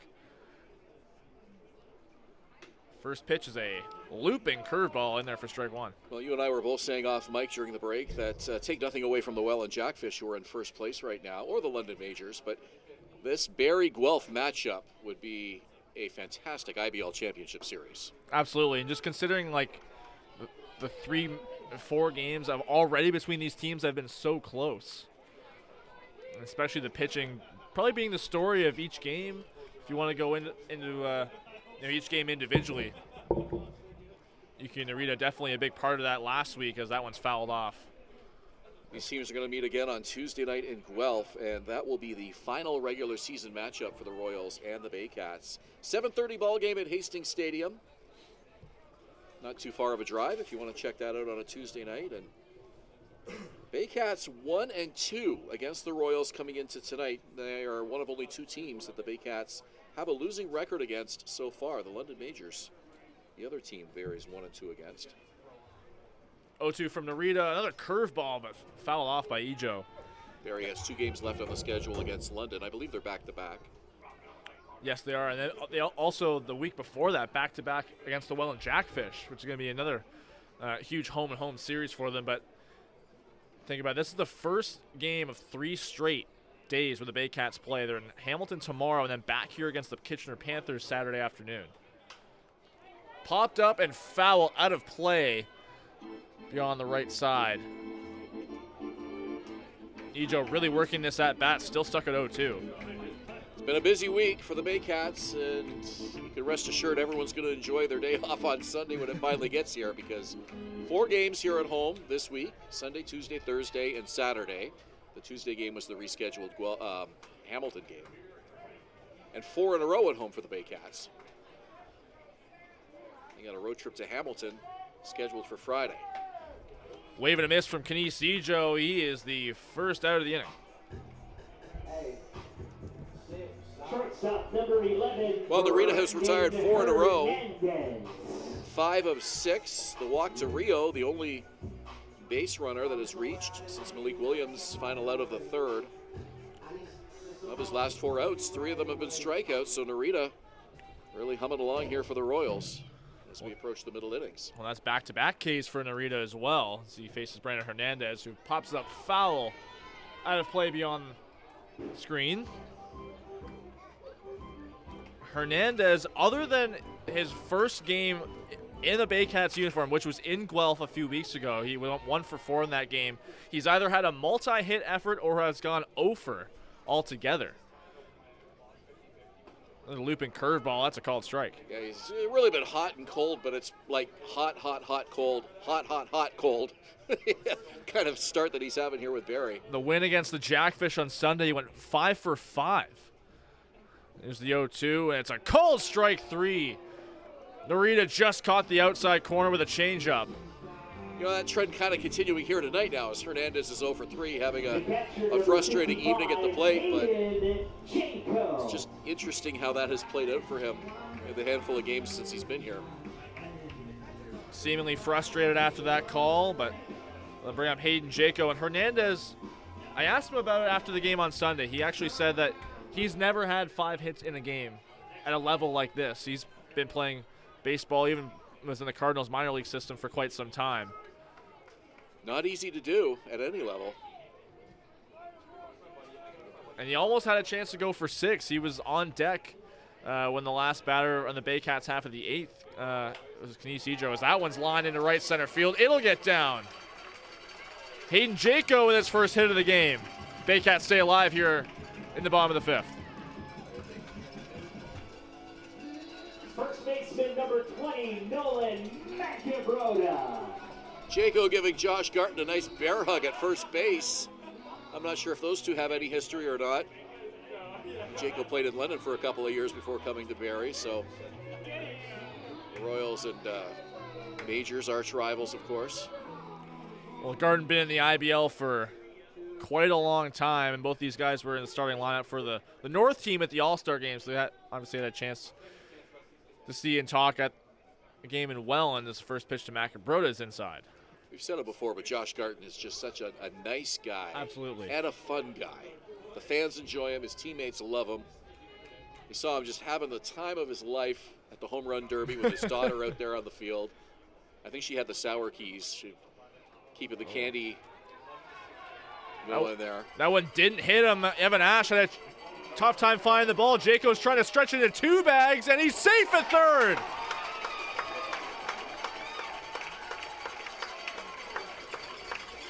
Well, that was a very gutsy move by Hayden Jaco, and the throw looked like it had him, but the tag not applied. Going for the swipe tag there was the third baseman, Garrett Takamatsu, and Jaco was somehow able to elude it. Heads up base running there from Hayden Jaco. Evan Ash just had no idea where the ball went. It went in between him and Noah Macabroda and in the dirt as well. Had to do a full 360 before he was able to locate it. It's been a while since we've seen anyone go first to third on a ball to the backstop. Jaco didn't take his foot off the gas for a minute.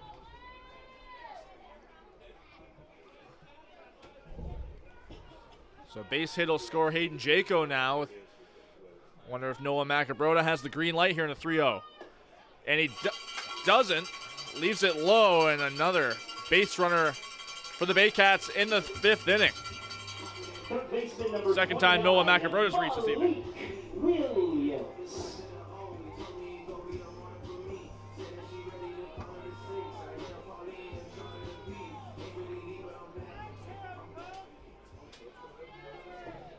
Get a mound visit here from Guelph Royals pitching coach. Nobody's up in the bullpen so far for Guelph. It definitely seems to be a chat where they just want to calm Yuki Narita down. He's had base runners in every inning thus far this evening.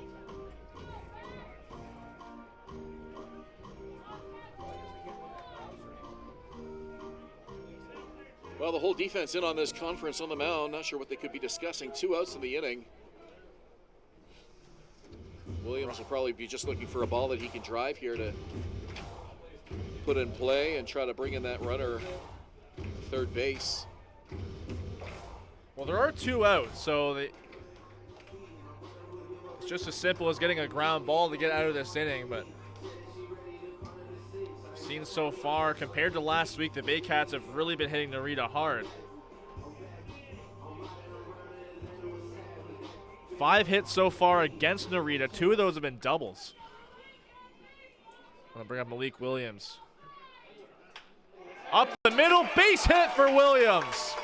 In to score is Jaco, and it's 4-0 Baycats.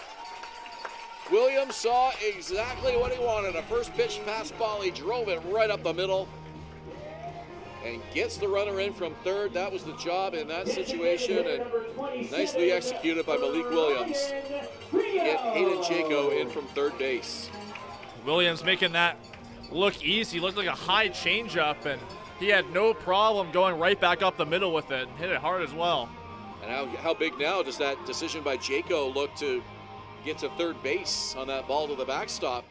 That extra 90 feet of real estate put him in position to score on that base hit by Williams. Ryan Rio now with another RBI opportunity here. Back up the middle again, it's into center field. Making the turn is Noah Macabroda. He'll score no problem. 5-0 Cats. You know, I told Ryan before the game, I watched him in the batting cage, and I saw the look he had in his eye tonight, and it was just a look of intensity and focus. And I said to him when he stepped off the field, I said, Ryan, I got a good feeling about tonight. I think this might be your night. He just said thank you and kind of politely went on his way. But boy, what a night he's had. A double, a walk, now a base hit to drive in a run. Some good base running out there by Rio earlier in this game as well. This is the kind of game that you really want when your season's struggling, as Rios has. Well, that double earlier in the game definitely seemed to give him that little bit of extra confidence. And he's reached all 3 times he's been up this evening. 2 hits, including that double, and then a walk earlier in the game. Baycats have been rallying here with 2 outs as Adam Ott takes one up and in. And they're swinging early here against Narita as well. Williams' first pitch swinging, as did Rio. Ott took that pitch that was in tight, but they're not wasting any time. The 1-0 from Narita is just on the outside part of the plate.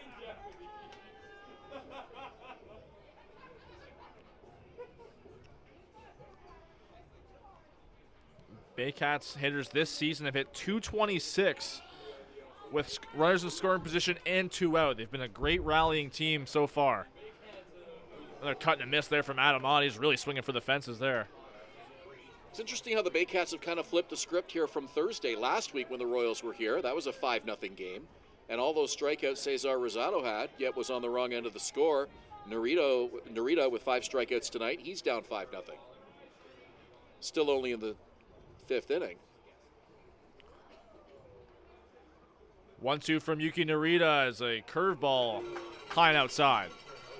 A lot of baseball to go here still tonight, but Narita kind of seems to be in the same sort of situation Rosado was in with the high strikeouts and not able to get a decision for his efforts. Well, I mentioned at the top of the broadcast as well how eager the Baycats would be to hit this guy because they just saw him a week ago.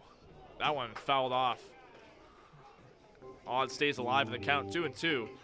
But knowing that they just saw him in this ballpark just a week ago, similar kind of stuff, similar kind of lineup, except you got Noah Hall in there and Brad McQuinn to round it out. Conventional thinking always seems to be that the more often you see a pitcher, the better your success is going to be against him, but I think that can work the other way as well. And Cesar Rosado is a great example of that. 2-2. On the ground to second. Simpson gathers, goes the easy way to second base. Rio out there. But the Baycats put on 2 more, make it 5-0 for Barrie as we head to the 6th inning. You're watching Baycats TV and Rogers TV in Barrie. For the Baycats.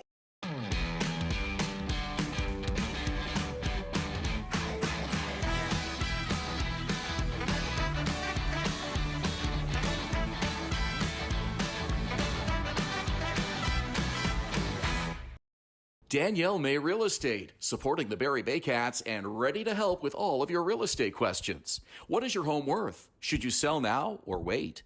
Danielle is dedicated to your success. The next time you think real estate, think Danielle May. From basic to cosmetic dentistry, Smiles on Essa Dental has all your dental needs covered to knock your oral health out of the park.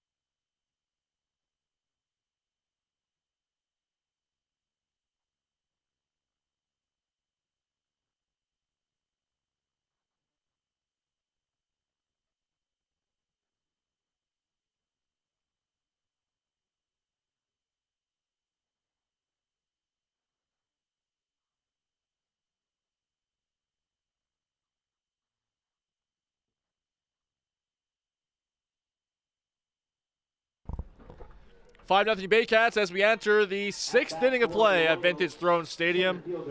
Julius Hern along with Ben Davy, our entire Baycats TV crew on military night here in Midhurst. Saw a great pregame march and color guard from some local cadets. As Frank Garces back on the mound for inning number 6. First pitch is on the ground to second base. Adam Odd scoops it up and throw on to first for out number 1. 1 pitch, 1 out. As easy as that for Frank Garces this evening. Just 52 pitches so far this evening. Shortstop number 44, Franklin Torres. 10 pitches in the 5th. He's been really keeping that pitch count low, and that's going to give him an opportunity to go deep in this ball game if he can continue to retire hitters as quickly as he has been. Turn it over to the top of the order, and Franklin Torres, 0 for 2 thus far, takes first pitch low. You know, the nice thing about that rain-shortened game on Tuesday, I guess one of the only nice things about it was it gave the Baycats a night where they didn't have to go too deep into the bullpen. Pakala came out for, I think, a third of an inning in relief of Chris Lazar, but it's been a very busy week for the squad. 1-1 fouled off out of play on the right side. That was the big takeaway for Josh Matlow. He was so happy to come away. Yes, you don't want to, and he said this, you don't want to win it that way. You don't want to kind of just have that win handed to you. You want to earn it. But in the sense of, you know, you take what you can get from it. Nobody got hurt from that game. That was the biggest thing for on his part. Unfortunately, the Baycats got a lead that they were able to hold on to, and they didn't have to finish that bottom half of the 5th because there were probably about 4 or 5 bolts of lightning that we saw in the sky, and behind that, a lot of rain followed, so there was no way that game was going to be finished. 2-2 pitch, fouled off again, out of play. It's a lot of effort for 5 innings of baseball when you consider that game was rescheduled twice. Absolutely. And then was rain shortened when they did play it. The rain just kept cursing that specific matchup. I was driving home so carefully that night. Me too. I just don't want anything else bad to happen here involving this game. 2-2 from Garces is outside. I think this is his first full count this evening. That's how efficient Garces has been. After getting Patterson on one pitch, Torres has really been working this count well. 3-2, cut and a miss. Strikeout number 8 for Frank Garces. Second baseman, number 35, Blake Simpson. Here comes Blake Simpson, 0 for 2 in this game. Reached on the drop ball by Brad McQuinn. That was an E7 back in the 4th inning. Now this one on the ground. Hernandez ranging over to his right, falls down. The tough throw onto first is not in time. Great effort there from Brandon Hernandez. Just couldn't keep his footing as he gloved that ball. Simpson beats it out. Royals stay alive here. Well, Hernandez threw that ball from one knee, and I wonder if he had have got up, it would have taken a little bit longer, but he might have gotten a stronger throw across. In any event, he elected to throw it from that position down on the ground, and shaking that right knee out a little bit now too. It seems to be okay. He was really shading Simpson, the lefty, up the middle. That's how he had to go so far to his right. First pitch, a strike to Andy Leader, so base runner on here against Frank Garces. First base runner he's had since the 4th. Went 1, 2, 3 in the 5th. And he had retired 6 in a row. Foul right back to the screen.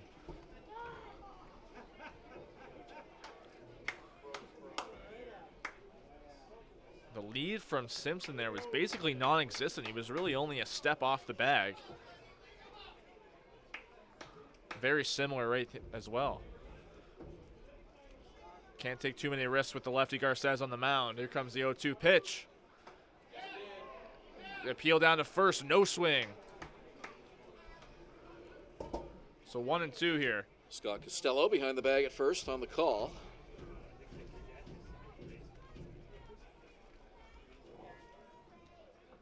Simpson only 1 stolen base attempt, and he was able to steal it 1 for 1. Probably won't be running here with 2 away. 1-2 from Garces, another strikeout to end the inning. 9 Ks for the Dominican lefty, and we head to the bottom half. That one brought to you by IMP North. Baycats looking to add to a 5-0 lead right here on Baycats TV and Rogers TV in Barrie.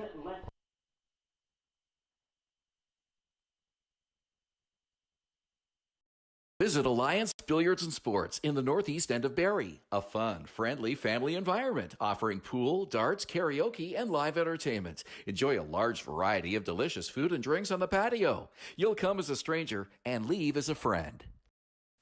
From basic to cosmetic dentistry, Smiles on Essa Dental has all your dental needs covered to knock your oral health out of the park.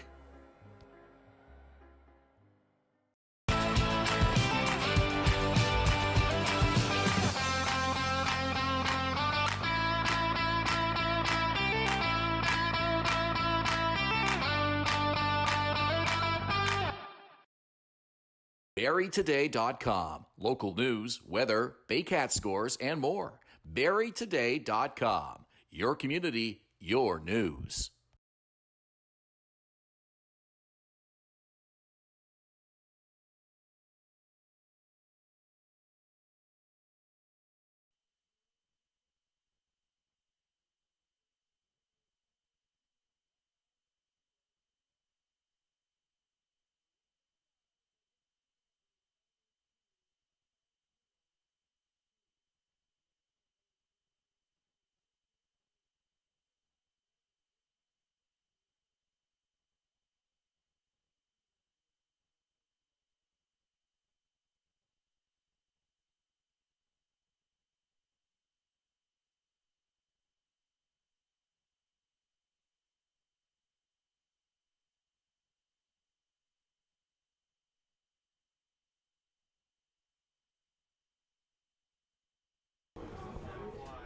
Welcome back to Vintage Throne Stadium. We head to the bottom of the 6th inning. It's brought to you by Moving.ca. Two small men with big hearts moving, making moving stress-free for over 35 years. New pitcher in the ball game. There seems to be some kind of confusion on who it is. I believe it's Yomar Concepcion, but on both our roster insert and the lineup card provided to us this evening, there is no number 27, but we believe it to be Yomar Concepcion, who's coming in relief for Yuki Narita, and he'll face Noah Hall to start his outing off. First pitch, a strike.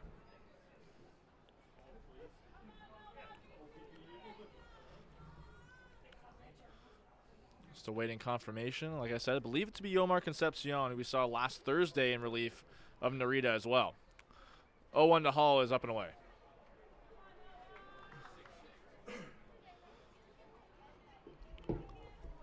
Hall 1 for 2 with a run scored. He led off with a single in the 3rd inning. Big swing there from Hall. It falls to 1-2.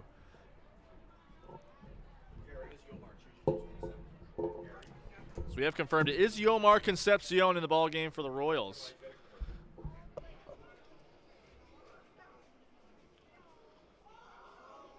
Big righty with a 1-2 pitch. Another one up and away. I just ran down and confirmed that with manager Dino Ramel, and Dino apologized. He said he's wearing 27, even though we had 17 on the lineup here, but Dino said 27 didn't fit. I'm not sure if he's talking about the jersey or the number on the on the card, but either way, it is Yomar. 2-2 pitch. Big swing for another one there from Hall. First strikeout on the first batter faced by Yomar Concepcion.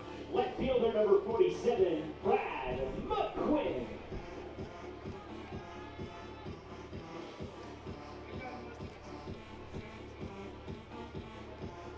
So they'll bring up Brad McQuinn for 3rd time in this game. 0 for 2, reached on an error and scored in the 3rd.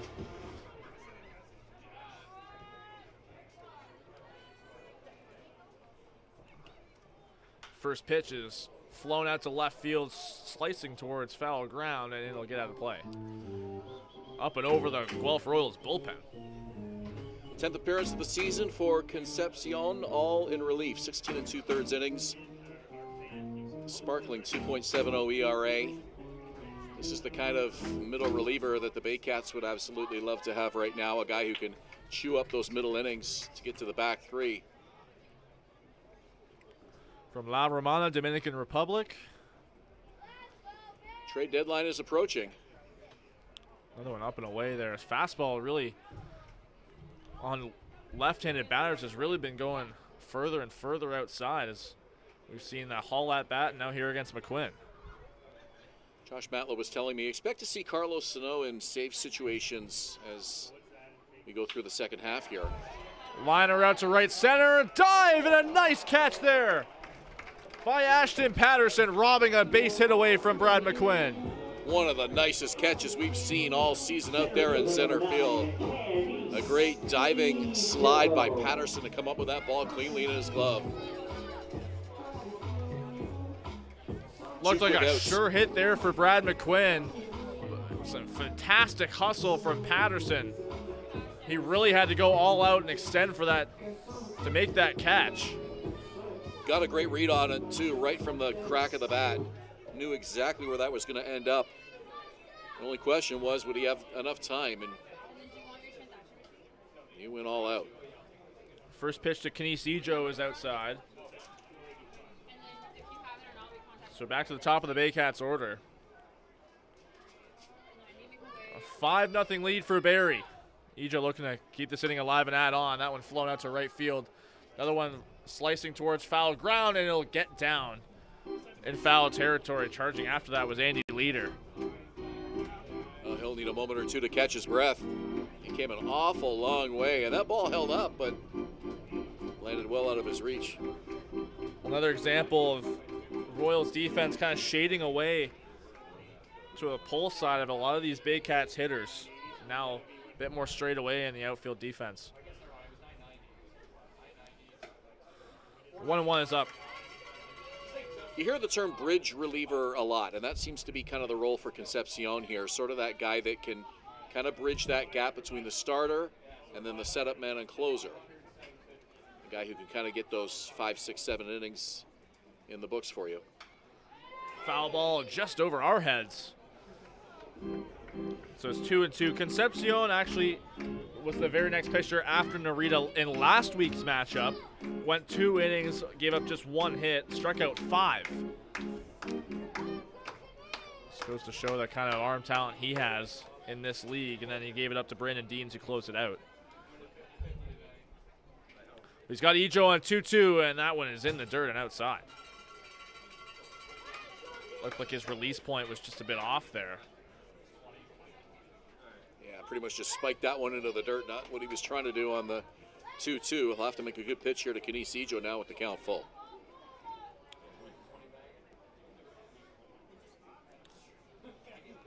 Ejo's got to keep protecting the plate here. Hernandez waiting on deck. Here's the 3-2 pitch from Concepcion. Another one foul out of play on the right side. Yeah, too close to take for Ejo, and he did the right thing. Just got contact and sliced it off to the right side, and he'll look for something better that he can maybe drive here on this 3-2. Fell behind that fastball, looked like just a little bit. Wonder if Concepcion goes back to it or if he moves to some more off-speed action. So another 3-2 pitch coming. Swing and a miss. 3 up, 3 down go the Baycats on 2 strikeouts for Yomar Concepcion. We head to the 7th inning, and Ben Davies back to call it for you on Baycats TV and Rogers TV in Barrie.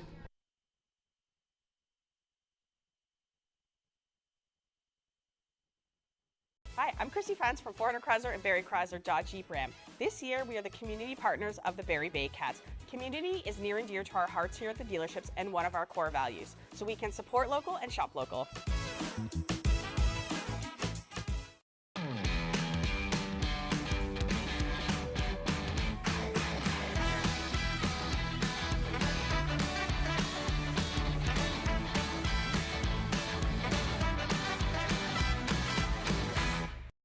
The only North Barrie Market, your go-to for homemade meals, catering service, and the freshest locally sourced meat. Get ready for an unforgettable barbecue experience with Barrie Best Barbecue coming soon. All at North Barrie Market, 580 Bayfield. Moving.ca. For all your moving needs for over 35 years, Moving.ca. The original 2 men who just happen to be small, who make moving stress-free. 2 small men with big hearts moving. We always have a big heart for you at Moving.ca. From basic to cosmetic dentistry, Smiles on Essa Dental has all your dental needs covered to knock your oral health out of the park.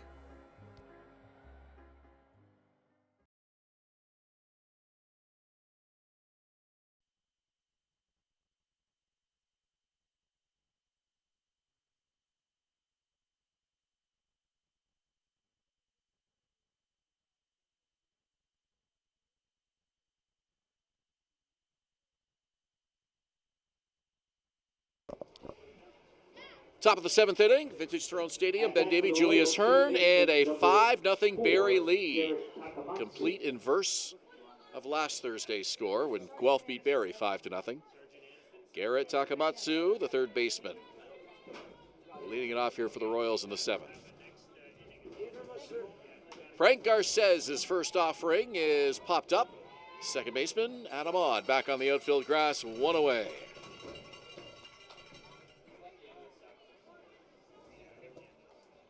Remember that play from earlier in the game with Noah Hall and Adam Odd coming fairly close to the ball, dropping in between them. Adam Odd right there. It's much easier play closer to the infield. No problem for him. Garcez is retired 8 of 9, and he's out here with 1 out in the 7th. Josh Garton, the 1st baseman. Garcez at just 65 pitches so far. For a guy that racks up strikeouts like Frank Garcez, who has 9 this evening, he's been extremely efficient on all his other outs. Not to mention he's had the help of one of them from Hayden Jaco, the pickoff at 2nd base. That was a huge out in the 4th inning.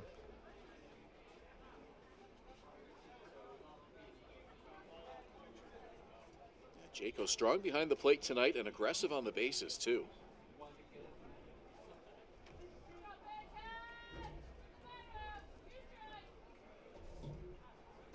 Garces with the long look in, kicks and deals. Swing and a miss by Garton, 0-2. It's not often you get Garton swinging and late on that. Didn't even look like it was the kind of heat you expect from Frank Garces, but he made it count. 0-2 pitch, and it's a lifted foul. Another one late there for Garton. Almost looked like Garces quick pitched him a little bit. Yeah, Garces had been kind of mixing it up a little bit there because he was taking some very long looks earlier in that at bat, and then he came home really quickly on that 0-2. Good job by Garton. He didn't want to take that pitch. It was too close. So he'll try it again on an 0-2.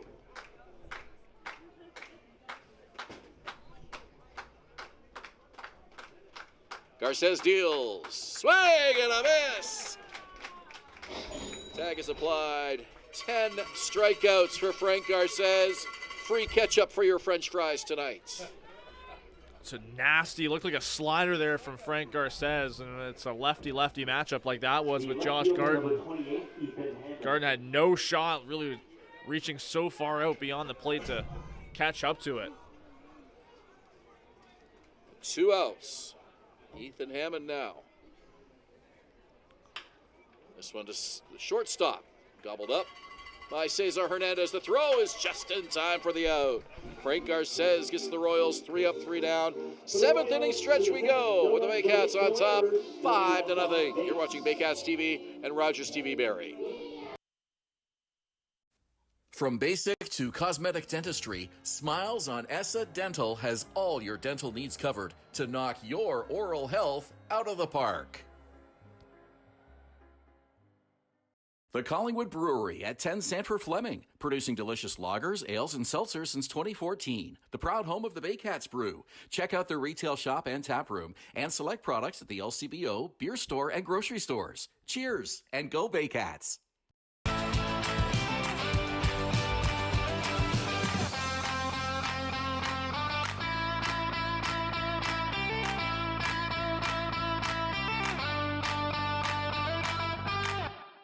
Domino's, mix and match any 2 or more pizzas and sides for just $8.99 each. Like when pizza night's more like pizza and lava cakes night, or pasta and stuffed cheesy bread night, or we're gonna need a bigger table night. Mix and match Canada's favorite pizza and more at Domino's.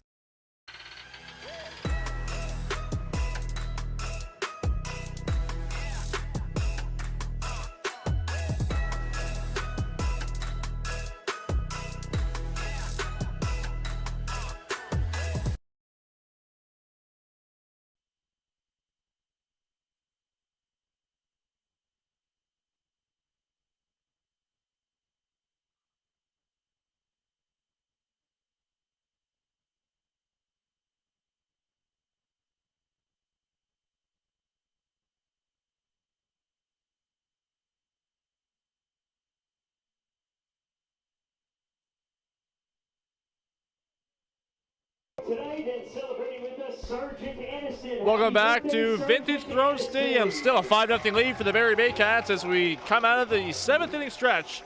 This inning brought to you by Psycho Solutions, full automotive service from headlight to tailpipe. Brandon Hernandez, the shortstop, to lead it off. Bottom of the 7th inning, fans enjoying Take Me Out to the Ball Game and Heave Away.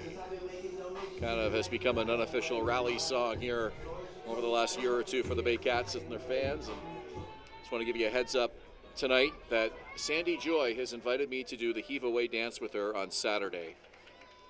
Avery won't be here, so I'm excited for that. She needs a dance partner, and I said, I don't. How do you do the Heave Away dance? And I see them swinging around in circles and stuff. I'm sure she'll lead you through it. I don't dance. I play music. I don't dance to it. That's why I'm a DJ. I stand behind the table and let's keep the songs going. This one lined to left field. Base hit. Brandon Hernandez.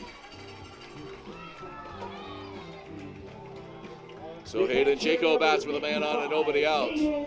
Ben, so what you're telling me is you're not much of a visual learner. I can see other people dancing, but that doesn't always translate into me being able to perform it myself. So, right. If that makes sense. That makes sense. I'm good at getting other people dancing as a DJ. but I keep myself busy playing the song so that I don't have to be out there. That's kind of the whole idea.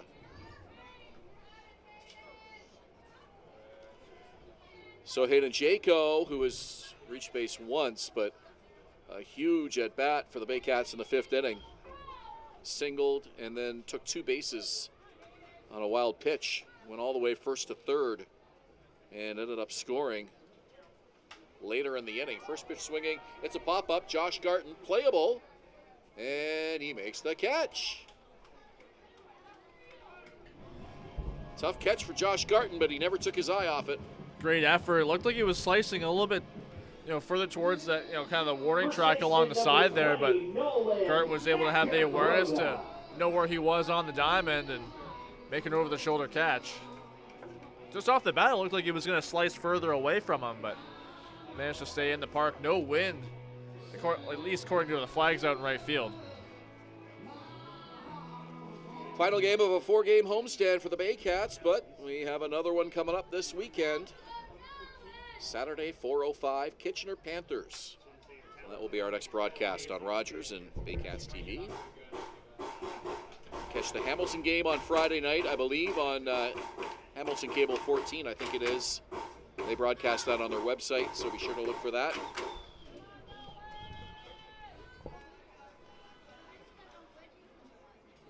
Runner leads, 1 out in the inning. Yohan Concepcion on in relief of Yuki Narita. Kicks and deals. Just misses inside. Concepcion wanted that call. Looked in for it, hoping to get the called strike. It's 1-1.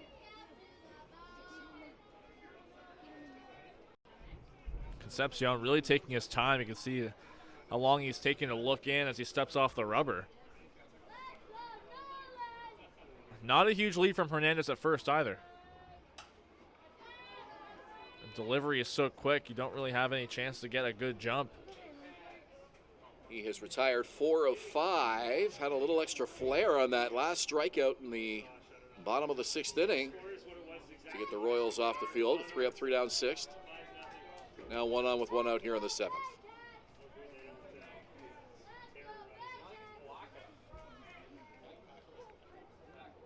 Concepcion to Macabrota. Swing and a foul tip into the glove. And Macabrota, not only was Macabrota late on that, but he found himself waving at a pitch that was too far outside for, kind of what you usually see it, him hitting the ball hard on. Usually you saw it on his double earlier in the game, similar pitch to Ryan Rio as well from Yuki Narita, the inside middle part of the plate. But when you find guys reaching outside, that's when you know you kind of have control of the at-bat. Called strike outside corner. Anytime I say foul tip into the glove, I know that brings a smile to the face of our producer, Brian Backland, who's constantly reminding us that you can only tip a ball into the catcher's mitt. You cannot foul tip it back to the screen or anywhere else. A foul tip can only go into the catcher's glove. And the count is irrelevant. Whether it's the 3rd strike or the 1st strike, doesn't matter.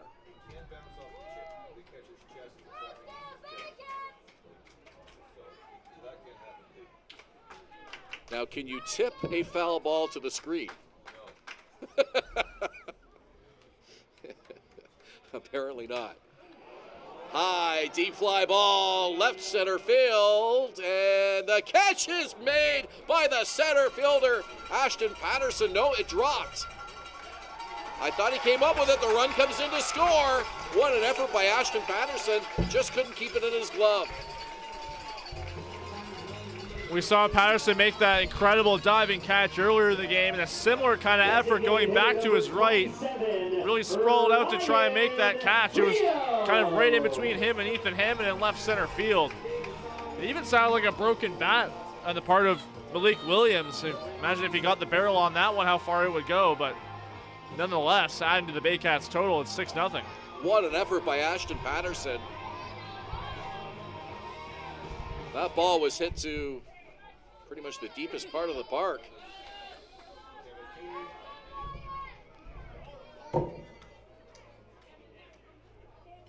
So runner at second now for Ryan Rio.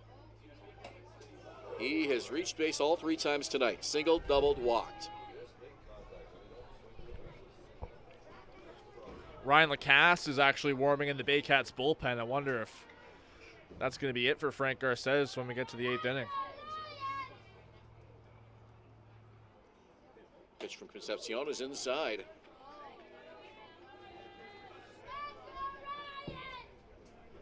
You could argue this has been the best offensive game of the season for Ryan Rio. A double, a single, and a walk. Add a stolen base to that as well. Well, the fans have been asking for the last few weeks, what is it going to take to get Ryan Rio going? He has answered the call here tonight. Swings and misses, 1 and 2. That was a great swing there. It looked like he, just couldn't make contact there. He had the timing perfect, and great swing there from Rio. Let's see what he does here against Concepcion, down on 2 strikes. Set the single season Baycat RBI record last year. 6-0 Barrie. Here's the pitch. Fouled back to the screen.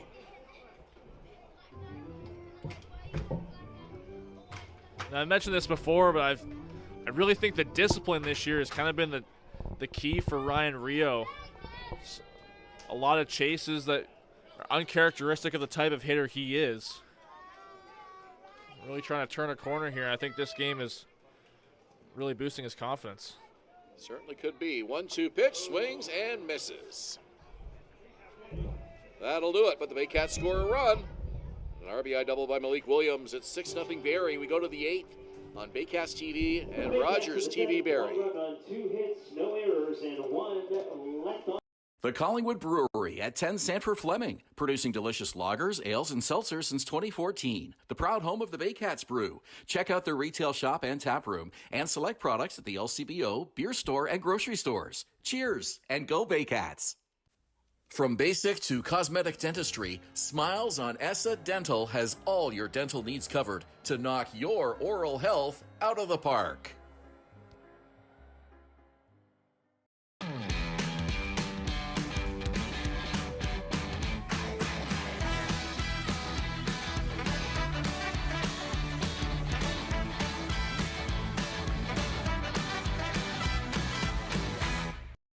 Danielle May Real Estate, supporting the Barrie Baycats and ready to help with all of your real estate questions. What is your home worth? Should you sell now or wait? Danielle is dedicated to your success. The next time you think real estate, think Danielle May. Visit Alliance Billiards and Sports in the northeast end of Barrie. A fun, friendly family environment offering pool, darts, karaoke, and live entertainment. Enjoy a large variety of delicious food and drinks on the patio. You'll come as a stranger and leave as a friend.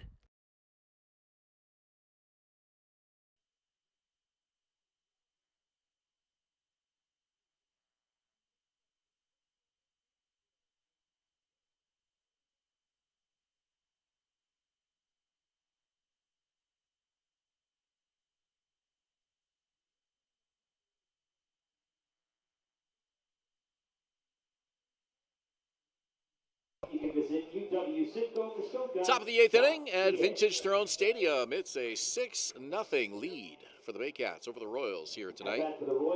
And the second pitcher of the night for the Barrie Baycats will be right-hander Ryan Lacasse. This will be the 10th outing out of the pen for Lacasse this season. Comes in with an 0-1 record and a 2.7 ERA. He has been arguably one of the best bullpen arms for the Baycats this season, in an area where it seems to be the biggest weakness of the team, and more important for Josh Matlow is something to address as we head towards Monday's roster deadline. Yeah, he will be a key coming out of the bullpen for the Baycats, heading into the stretch run for sure. A nice addition. Having the right-handed reliever out there who can eat up a lot of innings.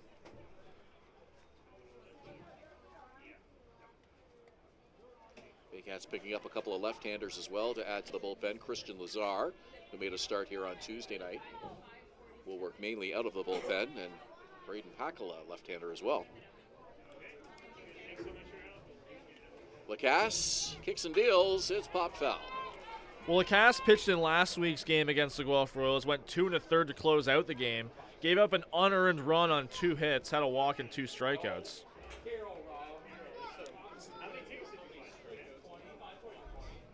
And they also followed that up with a clean 3-up, 3-down inning against the Welland Jackfish on Sunday.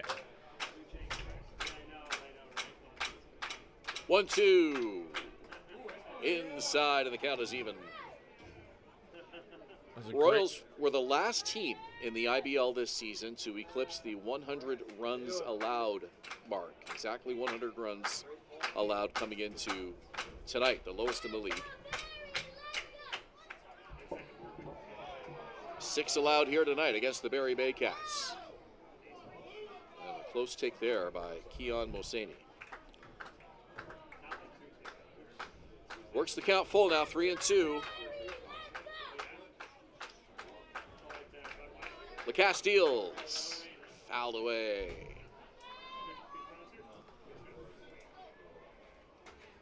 Well, if you look at last week's game between these two teams, it was something that Josh Mallow described as, something he's never seen before. The Baycats only had three hits against the Royals, and they put up 4 errors. Deep fly ball to right field. And it's a home run. Solo shot by Keon Moseni over a leaping Noah Hall in right.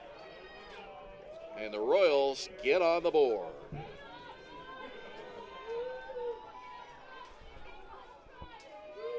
Just a perfect swing there from Moseni. It didn't make a huge crack, that sound off the bat that you usually hear with a ball that goes that far, but you knew just on the trajectory and the swing path and how hard he hit it. It was a clear home run, but Noah Hall had a pretty decent shot at the fence, just kind of ran out of steam as it headed over the wall.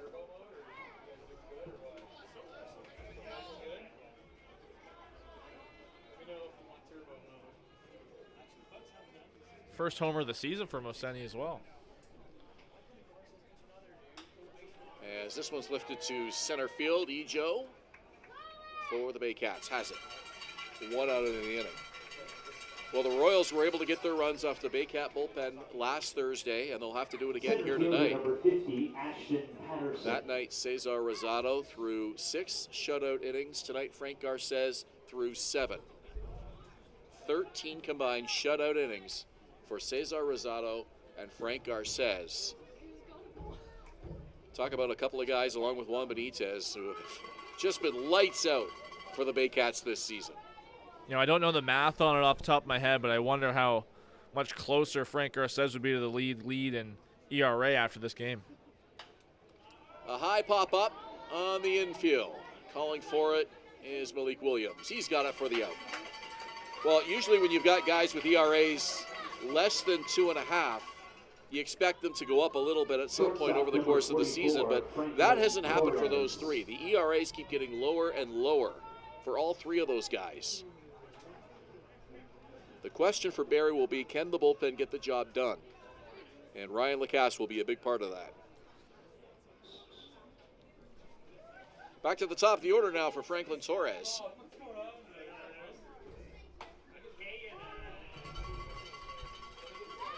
Josh Matlow has tried some different experiments at times earlier in the season. He had starters coming on maybe in the 3rd inning, sort of doing the piggyback thing.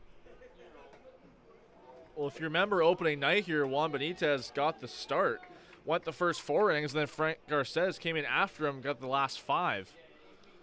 Yeah, I think the game plan is just going to be to take those 3 and just roll through them. Let each one have their own start. Called strike just off the outside corner, but called by Ryan Jackson. Count 1-2.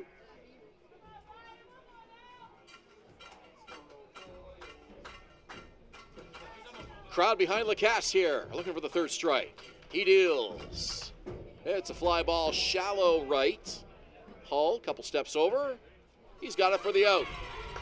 So a solo home run by Keon Moseni and nothing else. The Royals are on the board. They trail by 5. We go to the bottom of the 8th inning. You're watching Baycats TV and Rogers TV Barrie.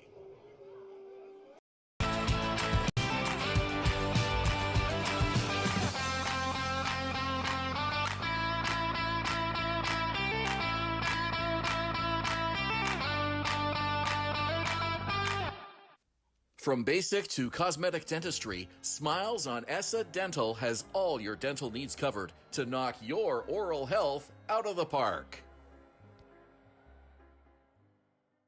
The only North Barrie Market, your go-to for homemade meals, catering service, and the freshest locally sourced meat. Get ready for an unforgettable barbecue experience with Barrie Best Barbecue coming soon. All at North Barrie Market, 580 Bayfield. BarrieToday.com. Local news, weather, Baycat scores, and more. BarrieToday.com. Your community, your news.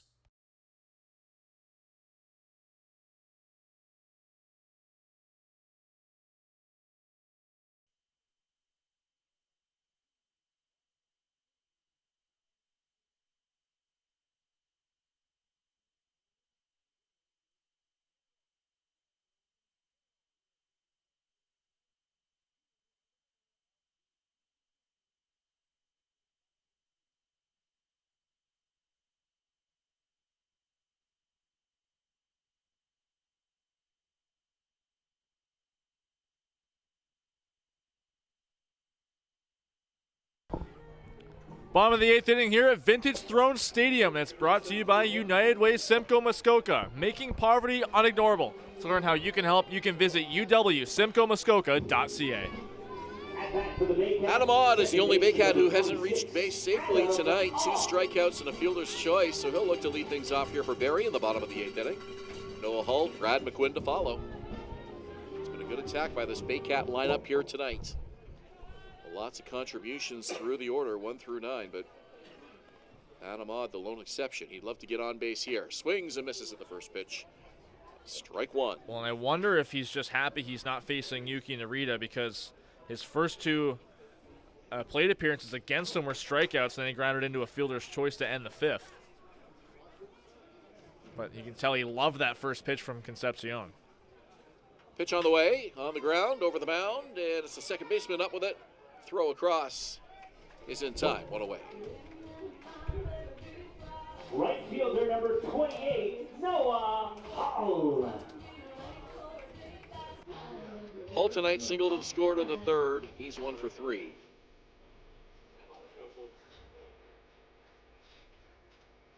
Once again, these teams meet Tuesday night in Guelph, 7:30 ball game at Hastings Stadium. Looking forward to that, the final matchup for these teams in the regular season. It's going to be a good battle as we watch the Intercounty Baseball League standings through the final weeks, as the Guelph Royals and the Barrie Baycats, along with the London Majors, look to put some heat on the Welland Jackfish, who currently sit atop the standings, the defending IBL champions. The Jackfish are hosting the Barnstormers this evening. The Baycats coming in today sit just 2 games back of Welland. And then the Majors a half game back of the Baycats with a game in hand. Barrie has to be feeling pretty good about how they have fared against Welland so far this season. Absolutely, 2-1 this year so far. And big 13-3 win here on Sunday. the other game tonight, Hamilton and Kitchener. That one's at Jack Couch Park. Cardinals need to get things back on track. Lost that rain-shortened game here on Tuesday night and were shut out twice by the Royals.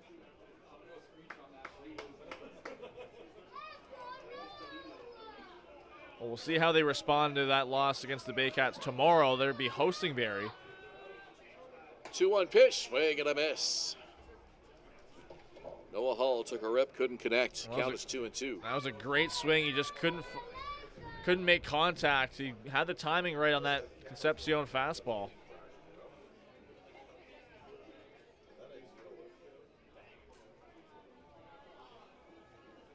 Pitch on the way from Concepcion, swing and a miss. Strike three. That one he was behind on. That was just further outside part of the plate. Couldn't get that reach far enough out to it. Let alone with the velocity that Concepcion brings. Big righty. He's retired 8 of 10. Brad McQuinn now the number 9 hitter for the Baycats. 6 runs, 9 hits for Barrie. 1 run, 4 hits for the Royals. Well, that's 5 strikeouts already from Concepcion.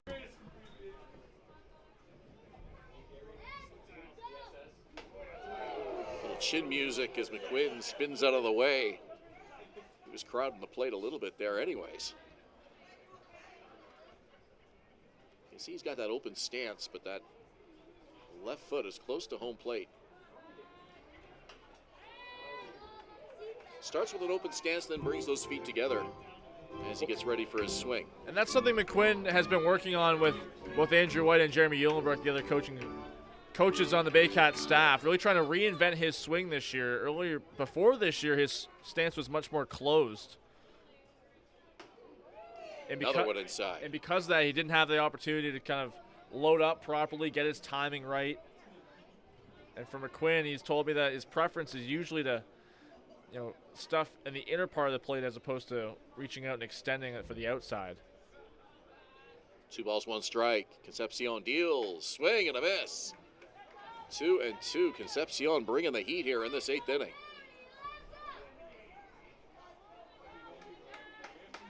Well, the pitching has been there for the Royals tonight. The bats have not. What a relief effort here for Concepcion here tonight in relief of Yuki Narita. 2 balls, 2 strikes, 2 out, and now time is called. Quinn wants to step out.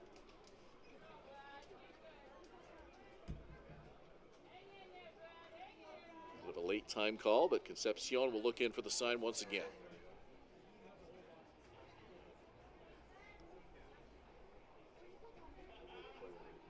Deals the 2-2. Swung on and missed. Brad McQuinn. 2 strikeouts for the Baycats in this bottom of the 8th inning, and a brilliant relief pitching performance tonight by Yohan Concepcion. We go to the 9th inning. Royals with some work to do, down by 5. You're watching Baycats TV and Rogers TV in Barrie.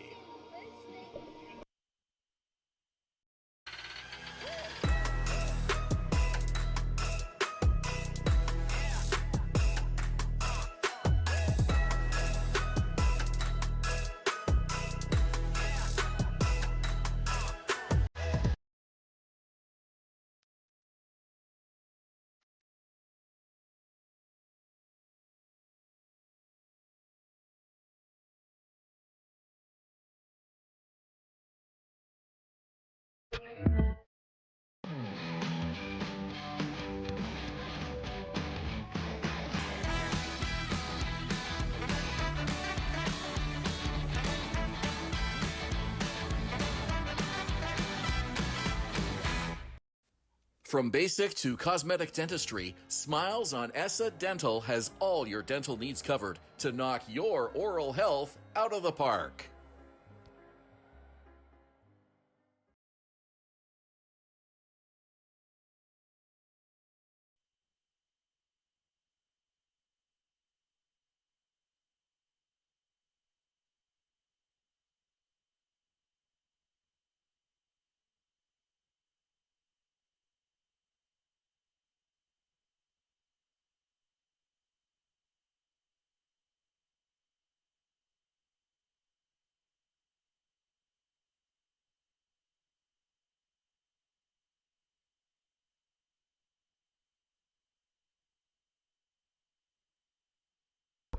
Last chance here for the Guelph Royals, top of the 9th inning. It's brought to you by United Way Simcoe Muskoka, making poverty unignorable. To learn how you can help, you can visit uwsimcoemuskoka.ca. Blake Simpson is number 35. He'll come to the plate here as Ryan Lacasse will try to shut the door for the Baycats. Get their 20th win of the season. 19-9 record coming into today. And the win would move them to within a game and a half of the Welland Jackfish.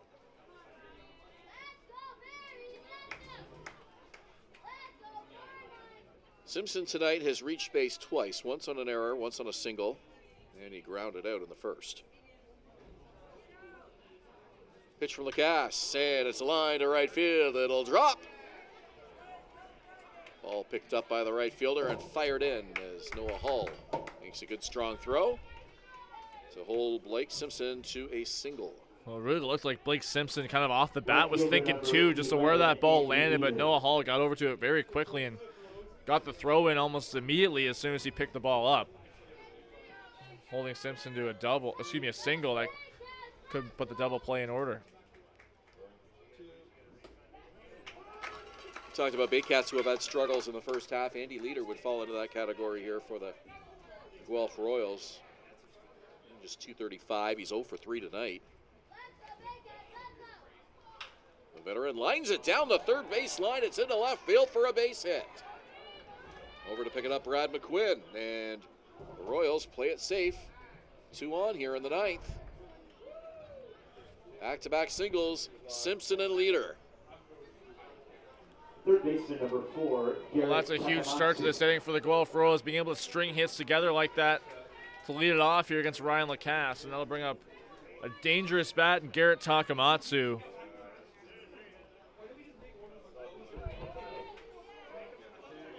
Royals had only 4 hits tonight.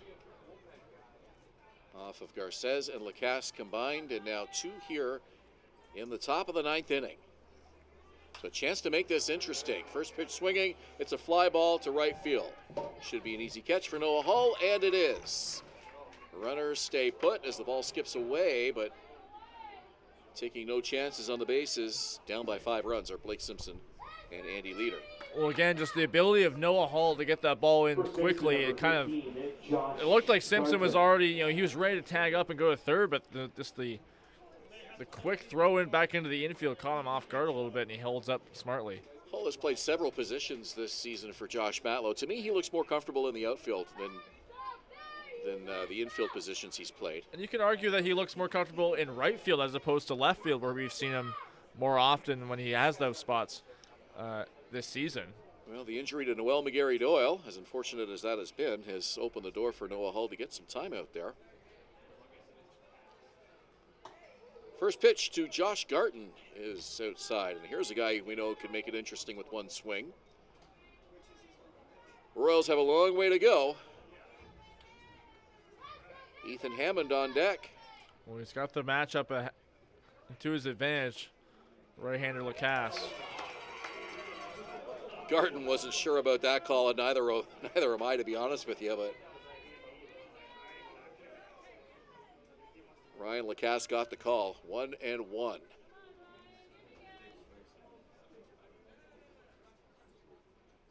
Runners lead. Here's the pitch. Hit on the ground. Could be 2. The relay to short, and the throw to first. Not in time. It pulled him off the bag. They get the force at second, so 2 out. Runners at first and third. Well, it didn't look like Brandon Hernandez, the shortstop, as he was covering second. He didn't, gather the ball from the throw from on that, cleanly, and that's really what cost them at the opportunity for a double play there, let alone the throw being wide at first. But still just one swing away again from ending this ball game if Lacasse can get another ground ball like that. Time is called as Josh Garton wants to get ready. He's aboard on the fielder's choice. Andy Leader erased, 4-6. And runners on the corners with 2 out. So the game comes down to Ethan Hammond. He's had some big games against the Baycats in his career. Runner goes, and no throw down. So Garton will take an extra 90 feet. 2 in scoring position now for Hammond. Hammond, a .290 hitter coming into tonight. Here's the pitch. Taking all the way, and it's high.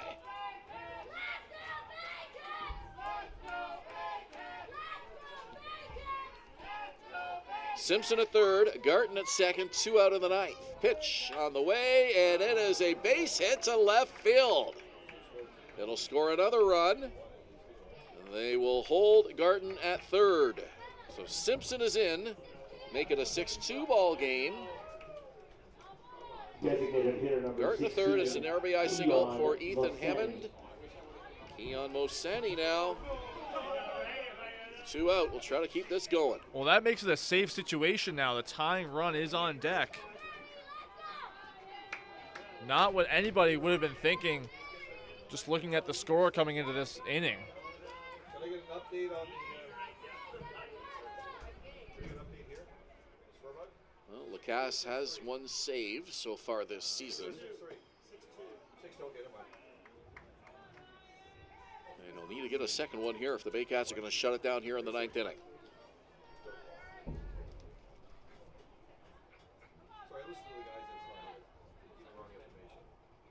Lacasse steals, runner goes. It's called strike. Here's the throw. Not in time. Ethan Hammond to second. Well, that throw from Jaco was a bit wide, and you can thank Brandon Hernandez on that beautiful pick out covering in front of the bag. That saved a run for sure. Garton was ready if that ball got away. Instead, he holds at third. So Garton at third, Hammond at second, Moseni at the plate. Count 2-1. First base is open now, but Evan Ash represents the tying run on deck. 2-1 pitch, and it's hit in a center field for a base hit. Another run comes in, and the inning just keeps going. Back-to-back singles by Hammond and Moseni. Garton scores, 2 runs in the ninth. Catcher number 23, Evan Ash. Hammond to third, and here's Evan Ash. Carlos Sano has started to throw more in the Barrie Baycats bullpen. He was tossing lightly earlier, and now the sweater comes off, and he's pitching more off the mound. Josh Matlow did not want to use Carlos Sano in a situation with a 5-run lead, but he may be called upon here tonight unless Lacasse can get this elusive third out in the ninth. Well, not only that, but you're looking at games tomorrow and Saturday, so you really want to conserve the arms when you can. Let's see if Moseni goes. He does not. Looked like he was leaning. First pitch is high. Royals making a lot of noise in that dugout right now. They're fired up. Well, tying runs at the plate. This is a huge spot here for Ryan Lacasse. Here's the pitch, and it's low and away. 2-0. Bottom half of the order getting it done here for the Royals in the bottom of the ninth, or the top of the ninth inning. Number 9 hitter Ashton Patterson on deck. 2-0 pitch, and it's a fly ball on the outfield grass. That should be the ball game. Hernandez has it for the third out of the ninth. And a huge sigh of relief for Ryan Lacasse. You can see it on his face as he gets the third out, and now can be all smiles as his teammates come out and congratulate him.